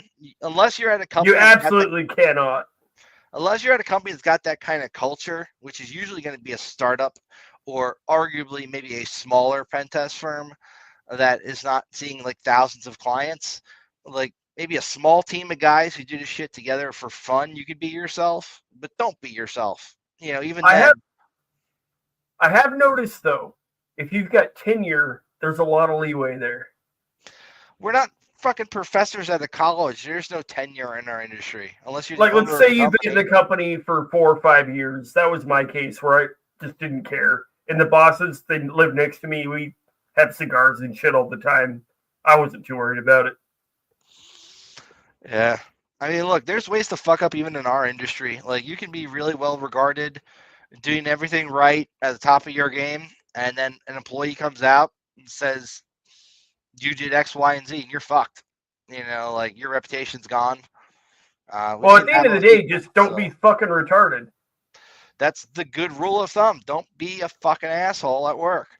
You know, be an asshole outside of work when you're not representing your company officially. You know, if I were doing a pen test and I fucked around in the ways that I would if I were emulating a threat actor in a more realistic scenario, arguably I would not do very well on said pen test. There are some things that I've done that were super sketch, and I had my corporate t-shirt on, but I had the know before to turn my t-shirt inside out so the logo wasn't showing because I knew I was on camera. Did you say you had the know before too? I think that's a plug for that phishing service for a second there. I couldn't think of a better word. The know-with-all. Dude, like I've done arguably really dumb things over the years, things that I now think of and cringe, right? They make for great stories. Rarely ever was I acting in an official capacity for a company when doing them. Arguably, even when I was younger and like really new at this, when I would go out of scope just to see what was there, and then like that was stupid, right? And even more dumb when I actually found something and now couldn't report it because I found it while I was out of scope. You know, it's like, what are you gonna do? And that's a moral conundrum when it's actually a big deal. Right. I mean, I've given really good reports and then come back a year later and seen the same shit not fixed and just wondering how they haven't gotten popped yet. And it's like, it really hurts, like from like a weird emotional place for me when like I do my diligence and then I come back and it's the same shit later, like a year later, and they didn't fix it and they didn't probably even read the report. It's like oddly emotional for me, but I need to be able to put that in a box and not let it affect me professionally, where I am outwardly showing that when I'm giving a pen test report presentation or interacting with a client. Like, you have to compartmentalize. You can't be having a fucking emotional meltdown in front of a client if you want to actually work in this industry. You gotta freaking be able to act professionally when you're acting in a professional manner.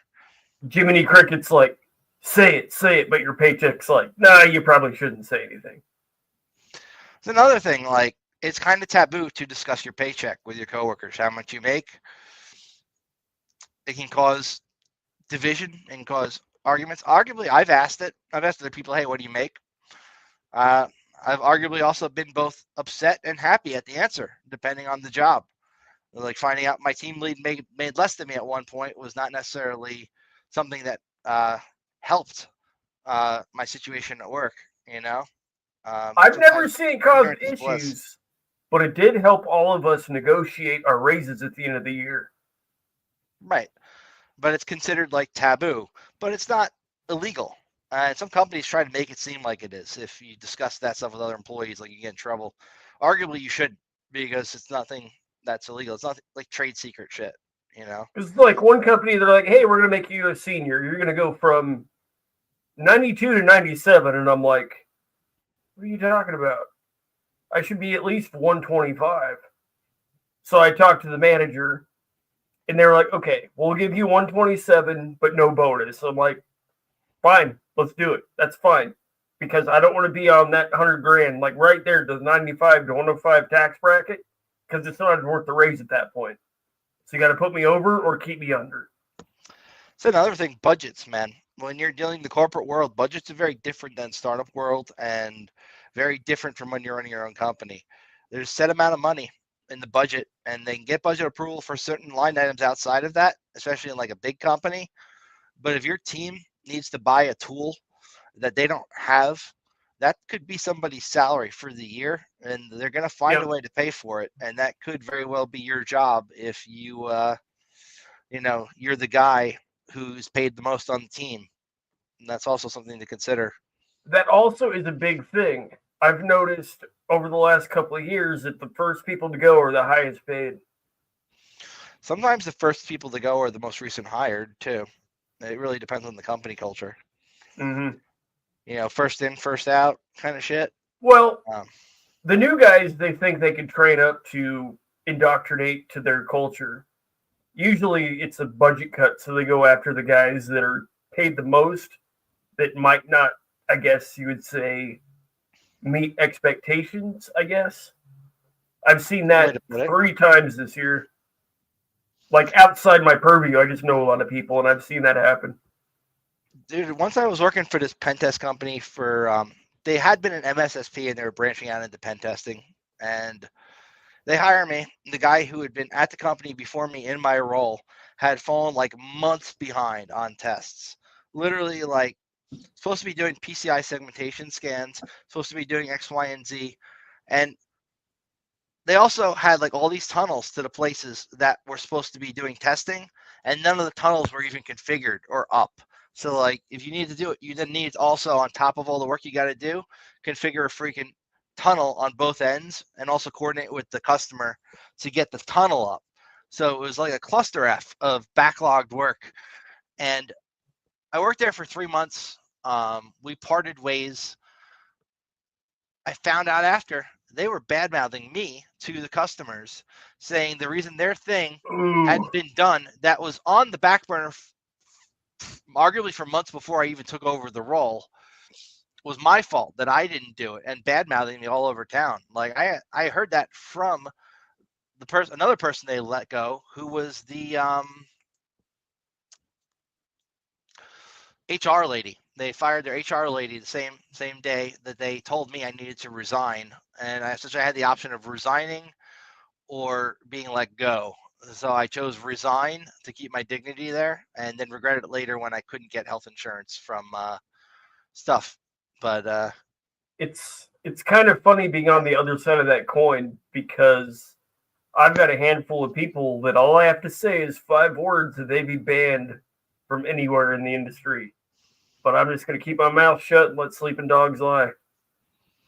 Yeah, I mean, look, there's a need to keep the past in the past, arguably. You don't necessarily need to let the past rule you, but you should keep it in mind when you're making decisions in the future. Yeah. So there's no need for retribution or being like, F those guys, I'm going to out them, or like, this company sucks. It's more about... I hate the guys that do. Forgive and forget, let it go. Right. We're not freaking anonymous out here. It's not, we do not forgive, we do not forget, expect us. It's more like, hey, put that shit behind you. We forgive, poison. But we don't forget. But when I say I forgive, I mean it. Well, good, dude. Forgiveness is a virtue, I'd argue. The Christians have something to that, the whole, forgive, arguably. Yep. Not forget. I can't necessarily forget, but forgive is one thing.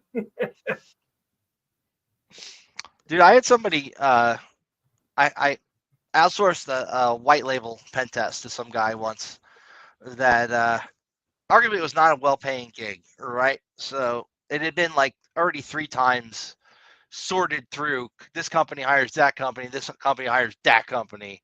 By the time it got down to me, it was barely worth my time. So I got a junior guy who claimed to have all this experience in the world do it.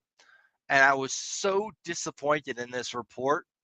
I literally just redid the whole thing myself, and I still paid him. But my God, the expectation of what he claimed he could do versus what he delivered really like miffed me, man. And I just wanted to like go blackball the guy and be like, this guy sucks. But I bit my tongue, and now he's actually pretty decent at what he does. He just needed more experience, and he was just too full of himself, you know? So hold up. Did you give him feedback on the report? Of course I did. I walked him through everything on that report. I showed him where he effed up, things he could have done better.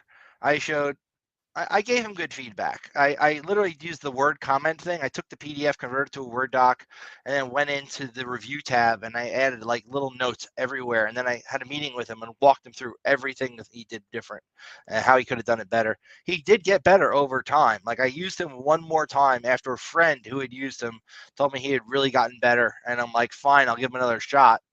And he gave me a really good report. Dude, we could make a whole episode about report writing. Arguably, if you can get in but can't explain how you did it, it's not very valuable to the client. It's like when I first started, like my first pen test report was dog shit. There were more notes that I had written in the report itself. And over time, I started to realize, oh, I think I know what you want now. So then I just scrapped everything, fuck off with their report template, and did my own. And now that company's still using mine to this day. I like how you changed your title there to the paper bag you can't get out of. Very good.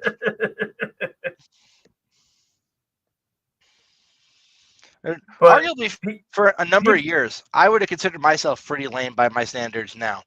Like, when I was signing off on people's pen tests when I worked at Atlas, I was the head of that team. Like, that was my job. I ran the team. We had a couple of guys who did it internally, a couple of guys who did it externally, who were like 1099 contractors. But at the end of the day, their name was on the report and my name was signing that it was, I checked it over, I looked it over, made sure everything was good.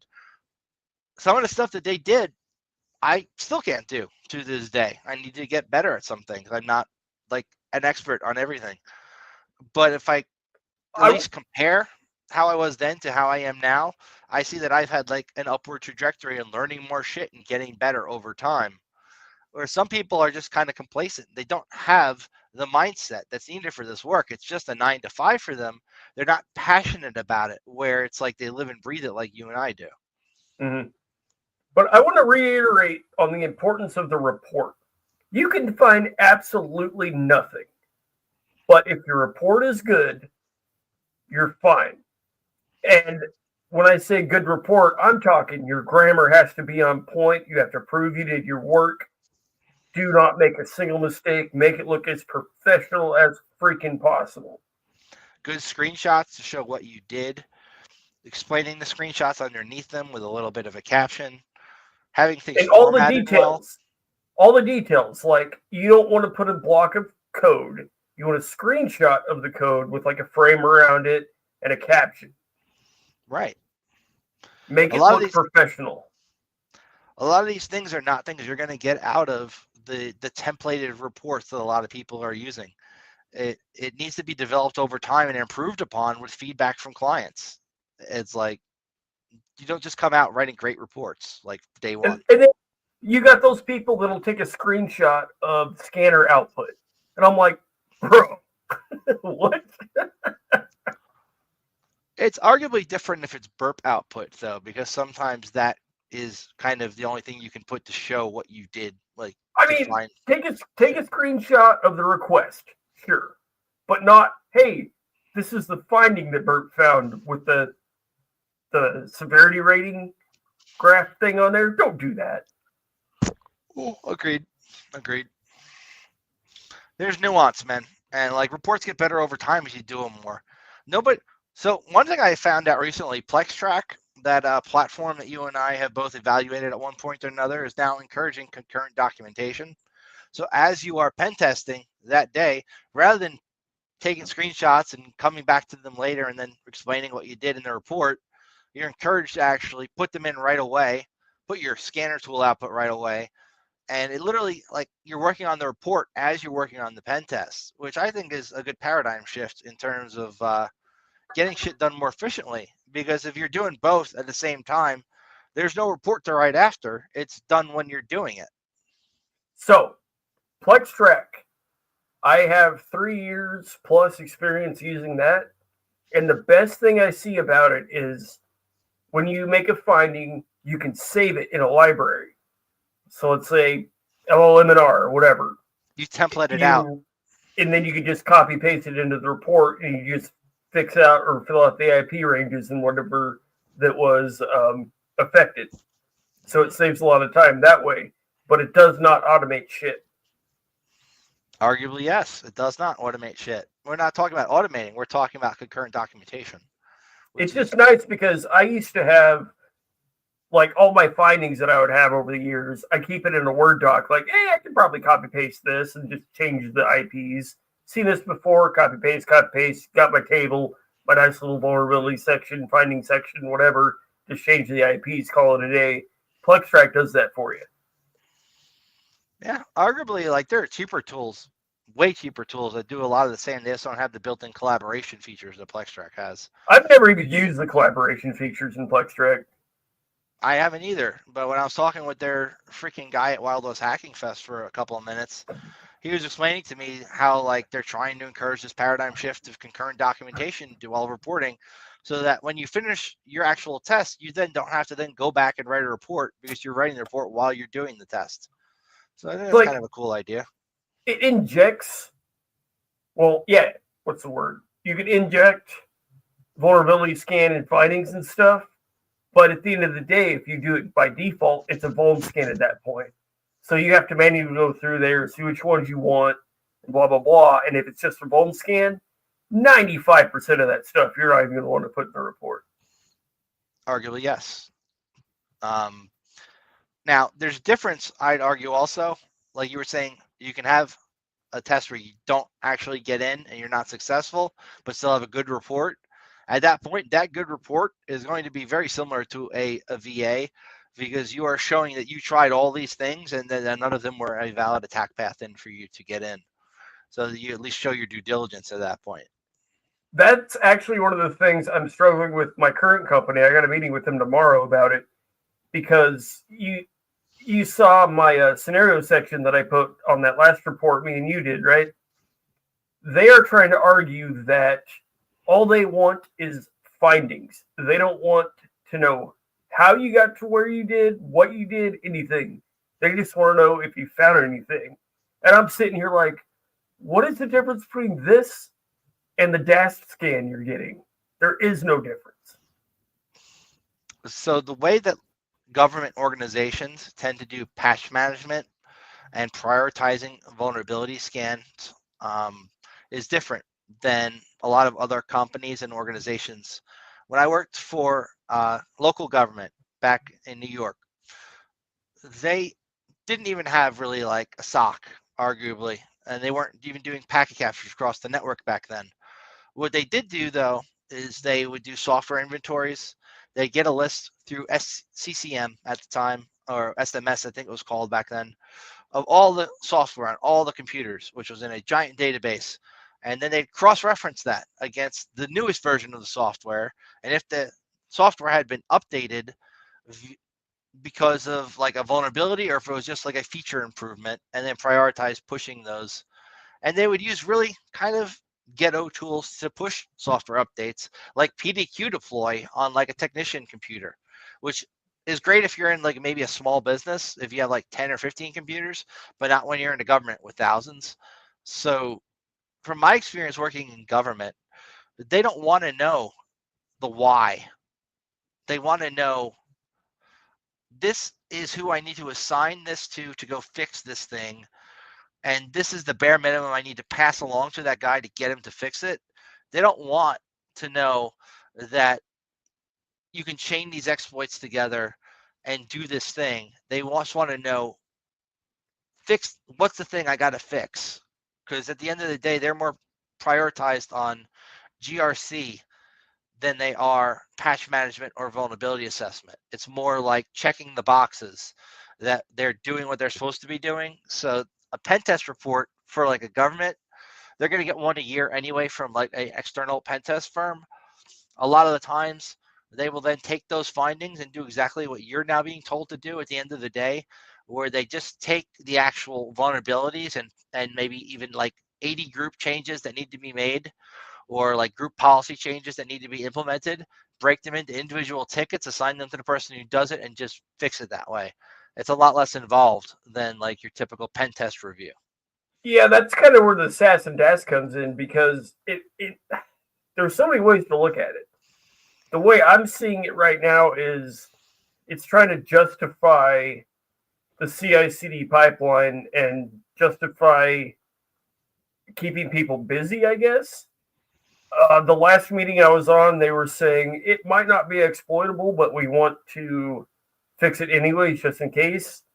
Let's say it's just an outdated library, no known exploits, no CVE, nothing. It's just old. Fix it anyways. So they throw that on the ticket list of things to fix. And then the pen test comes in, and then we're trying to find things that are exploitable. And that's where I see the difference between a pen test and a bolt scan is. The pen test report should only have things that are exploitable. Right. And prove that they are exploitable. Not just, oh, hey, look, we found all the same shit your DAS scanner did. Like, arguably, a website not having a content security policy should not be a finding at all, because unless you've also got some kind of injection-based vulnerability, cross-site scripting based vulnerability in the website, on top of not having a content security policy or some way of doing like clickjacking in the website, why the hell then tell them they need to put a CSP on it if there's nothing underneath it that would require that protection? And putting a CSP can be a huge lift when you're running, say, WordPress or something, where there's a bunch of plugins and each one of them has a script, and you now have 5,000 scripts, and each one needs to have a nonce or a hash to find that a content security policy is not going to get done. I actually asked my coworker today. I was like, hey, I've got a flag for clickjacking, which I've never not had a flag for clickjacking in Burp, and I never report on it. And I was like, hey, do you ever report on this? And he said, yeah. I was like, well, okay, I can demonstrate it, I guess, if we want. Demonstrate it and exploit it, then you report on it. But if you don't have the ability to exploit it, and it's just a tentative, there's no reason to report it because you can't exploit it in a pen test. Clickjacking. Like I can exploit it with beef and shit, but yeah.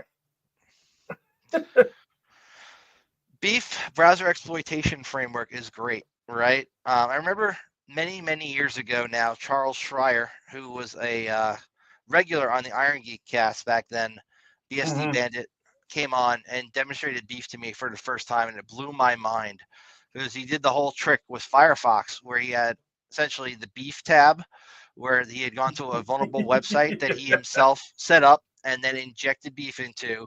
And then in a completely separate tab in Firefox had his Gmail account open, and then showed how through beef he was able to see all the messages in that Gmail account and even click in and read them. And it blew my mind. I was like, how is that possible? Cool as hell. It literally was one of the coolest freaking things I'd seen back then. It's just like, no idea that was a thing. Cross-site scripting vulnerabilities oftentimes are also dismissed from bug bounties, which I argue is not something they should be doing. There's difference between like reflected cross-site scripting and like a lot of other stored things. Cooler. Stored versus reflected. And like, say you get injection, right? Is it error-based injection or there's all these fucking little nuanced things. Last I checked, there's like 12 versions of XSS.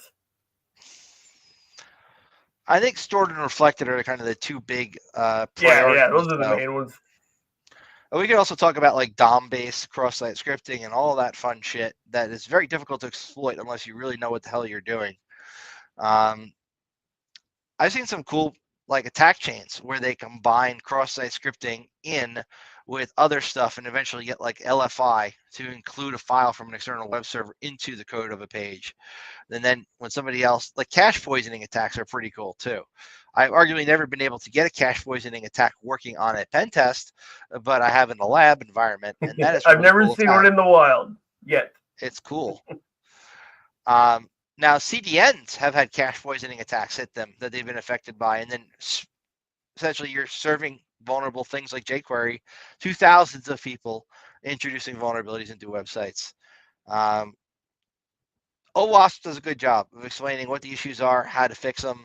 A lot of their write-ups and their lab and their vulnerable machines they put out and the tools they have are good starting points if you're in the web app shit. I wish they wouldn't do top 10. They should do top 20. I think top 10 is enough for most people.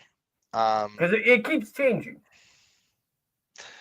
Look, it used to be SQL injection was on the top 10, and now it's injection-based attacks because there's a lot more than just SQL injection, right? There's more things you can inject than just SQL. So arguably it's going to evolve over time with feedback. And other things are also going to be exploited more often than not. Like, it's rare nowadays, unless you're in a lab environment, the 1=1 trick is going to work on a login form, right? But it still can happen. My point, though, is I was asked a question during an interview about frameworks, like MITRE ATT&CK framework, OWASP, stuff like that. And I was like, yes, I'm familiar with all of them. And I proceeded to explain that, well, pen testing is fluid and dynamic. You can't just follow a playbook. You got to kind of feel it out, go by your experience, follow hunches, and just explore everything. There's no rule set you can follow. Like, there's no guide to actually find these things. These are only starting points of things to look at. There's a lot of research involved too, and like practice before you try and actually exploit it in production. Especially on a pen test, you don't want to knock shit over. So like being able to use Docker, spin up like something close to it, grab a machine from VulnHub that's got a similar issue, practice against it before tossing an exploit in the production system. There are things that should be done more often, but arguably are not because pen tests are time constrained. So no, you just eat it and hope they have insurance. It depends on the client, man. If you're pen testing financial sector shit, downtime's a big issue, dude. Yeah. Like 30 some freaking $1 million a minute. Yeah. They would rather a vulnerable system be allowed online a lot of the times than take down something that's earning them millions of dollars every day to patch it for a little bit, which could also be an issue. It's all that back to that CIA triangle and making those executive decisions, I'd argue, which is not something I want to be doing. I would rather just hack shit, which is more fun, arguably. And look, VA stuff is cool too. Like I manage the external attack surface for a big company. It's not easy. Is multiple tools reporting different things, prioritizing what's actually an issue versus what a tool thinks is an issue, checking the KEV, looking at what's actively being exploited, cross-referencing that to what's in your environment. A lot goes into this shit, man. Now that you're in my wheelhouse, we'll have to meet more often outside of the podcast and compare notes because I can probably help you streamline some shit that would make your job a little easier because I learned from having to do it myself. I don't know how much pull I have in things, but we can give her a shot. The manager likes me, so I might actually have some sway. Well, there you go, man. I warned them about one piece of software, and so far it looks like they've already switched to something else. So I was like, yeah. Yeah, man. They were trying to use Archer, and I brought that up in another conversation with the side chat, and everybody just started laughing at the idea of it. I was like, okay, tell me why, yada, yada, yada. So I took all the recommendations, told it to my boss, and he was like, noted. And that's all he said. Noted. That's good corporate politics shit. It's like, they don't want to give you an attaboy, but they'll, if they fix it, you know you did the right thing. Yeah. Archer. I haven't used Archer in a while. Doesn't that like have the module for mass scan and nuclei and a bunch of other shit built in? Well, Archer is, how do you explain it? It's like a vulnerability management ticketing thing. So we're thinking about fuck Archer. They're going to tie it directly into Snow. Well, no, I think they're going into check marks now. And then that ties into Snow. So that's another thing in the corporate environment. The tools that are the best for the job are not oftentimes going to be the ones that are going to tie into ServiceNow and other things. Like I was talking with Jimmy about this because WizQuaz is freaking amazing, but there's no easy path to take that data and get it into ServiceNow if you're using it as like a periodic vuln scan against company infrastructure, which arguably is a big selling point of some of the other programs that are out there that don't do as good of a job as his. Because if you're not integrating with the corporate tools, you're losing out on all those potential customers who could use your shit, make money, Plug a link to Lost Rabbit Labs, WizQuas. All right. Banners. All right. Check this dude's software out. He even dropped the price so anybody can use it. It's awesome. What was it? .com, right? WizQuas.com. It's LostRabbitLabs.com. Well, WizQuas specifically is all right. I'll just put Lost Rabbit Labs. I don't know if WizQuas has its own URL yet. It does. We use it. Remember? We have our own instance, but if you go to the parent scope to domain, he's got sales literature up there now. Oh, that was one of the things he fixed first when we told him about that. Like, anyway, Jimmy's freaking awesome, by the way. I got to hang out with him when I was. Shout out. No, that dude's great. Like, arguably, I have not had as fun of a time just having dinner with somebody and shooting the shit that I did with him in a while. He's a very good guy. Go buy his shit, please. Did you see that video of him at CactusCon that I never knew until last month? No, but I did hear about what you did at CactusCon this year. No, a couple of years ago, he paid one of our other buddies in an IRC chat to video it. And I was chatting it up with somebody, and he was like, I'm going to go slap Sledge with some salt. So he filled his handful of salt, walked up to me, and slapped it on my back. And I didn't recognize around and shake his hand. Yeah. That's you. That's the Sledge, man. I saw you posted that video to Facebook not long ago. That's why I remember it. I was like, man, I didn't even know you did that. I think we should maybe have it kind of come to a close unless we have a few more things to talk about. Oh, I do need to pee. Well, you have it. Do we have a cool outro? We got our standard outro. I don't have anything special planned for this one. I had tried to generate a video for this episode. I just did not get to make an outro in time. So let's see what we got here in our list of videos that we can play. I will add, though, when you get into a corporate environment, tread lightly. Don't be too smart too quick. Dick. If you're the smartest one in the room, don't make it apparent. Hide it. It's better to be silent and thoughtful than to open your mouth and remove all doubt. Yeah. All right, let's go with this one. Welcome to Countersurveil, where the shadows of cybersecurity meet the light of critical analysis. I'm your host, Havoc, here with Sledge and the Countersurveil team. We're here to uncover the truths that others miss, and shoot the shit and talk InfoSec while having some fun. This week, the Power School breach highlights a critical flaw. No.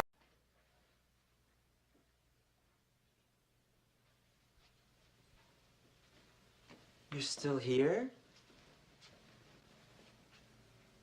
It's over. Go home.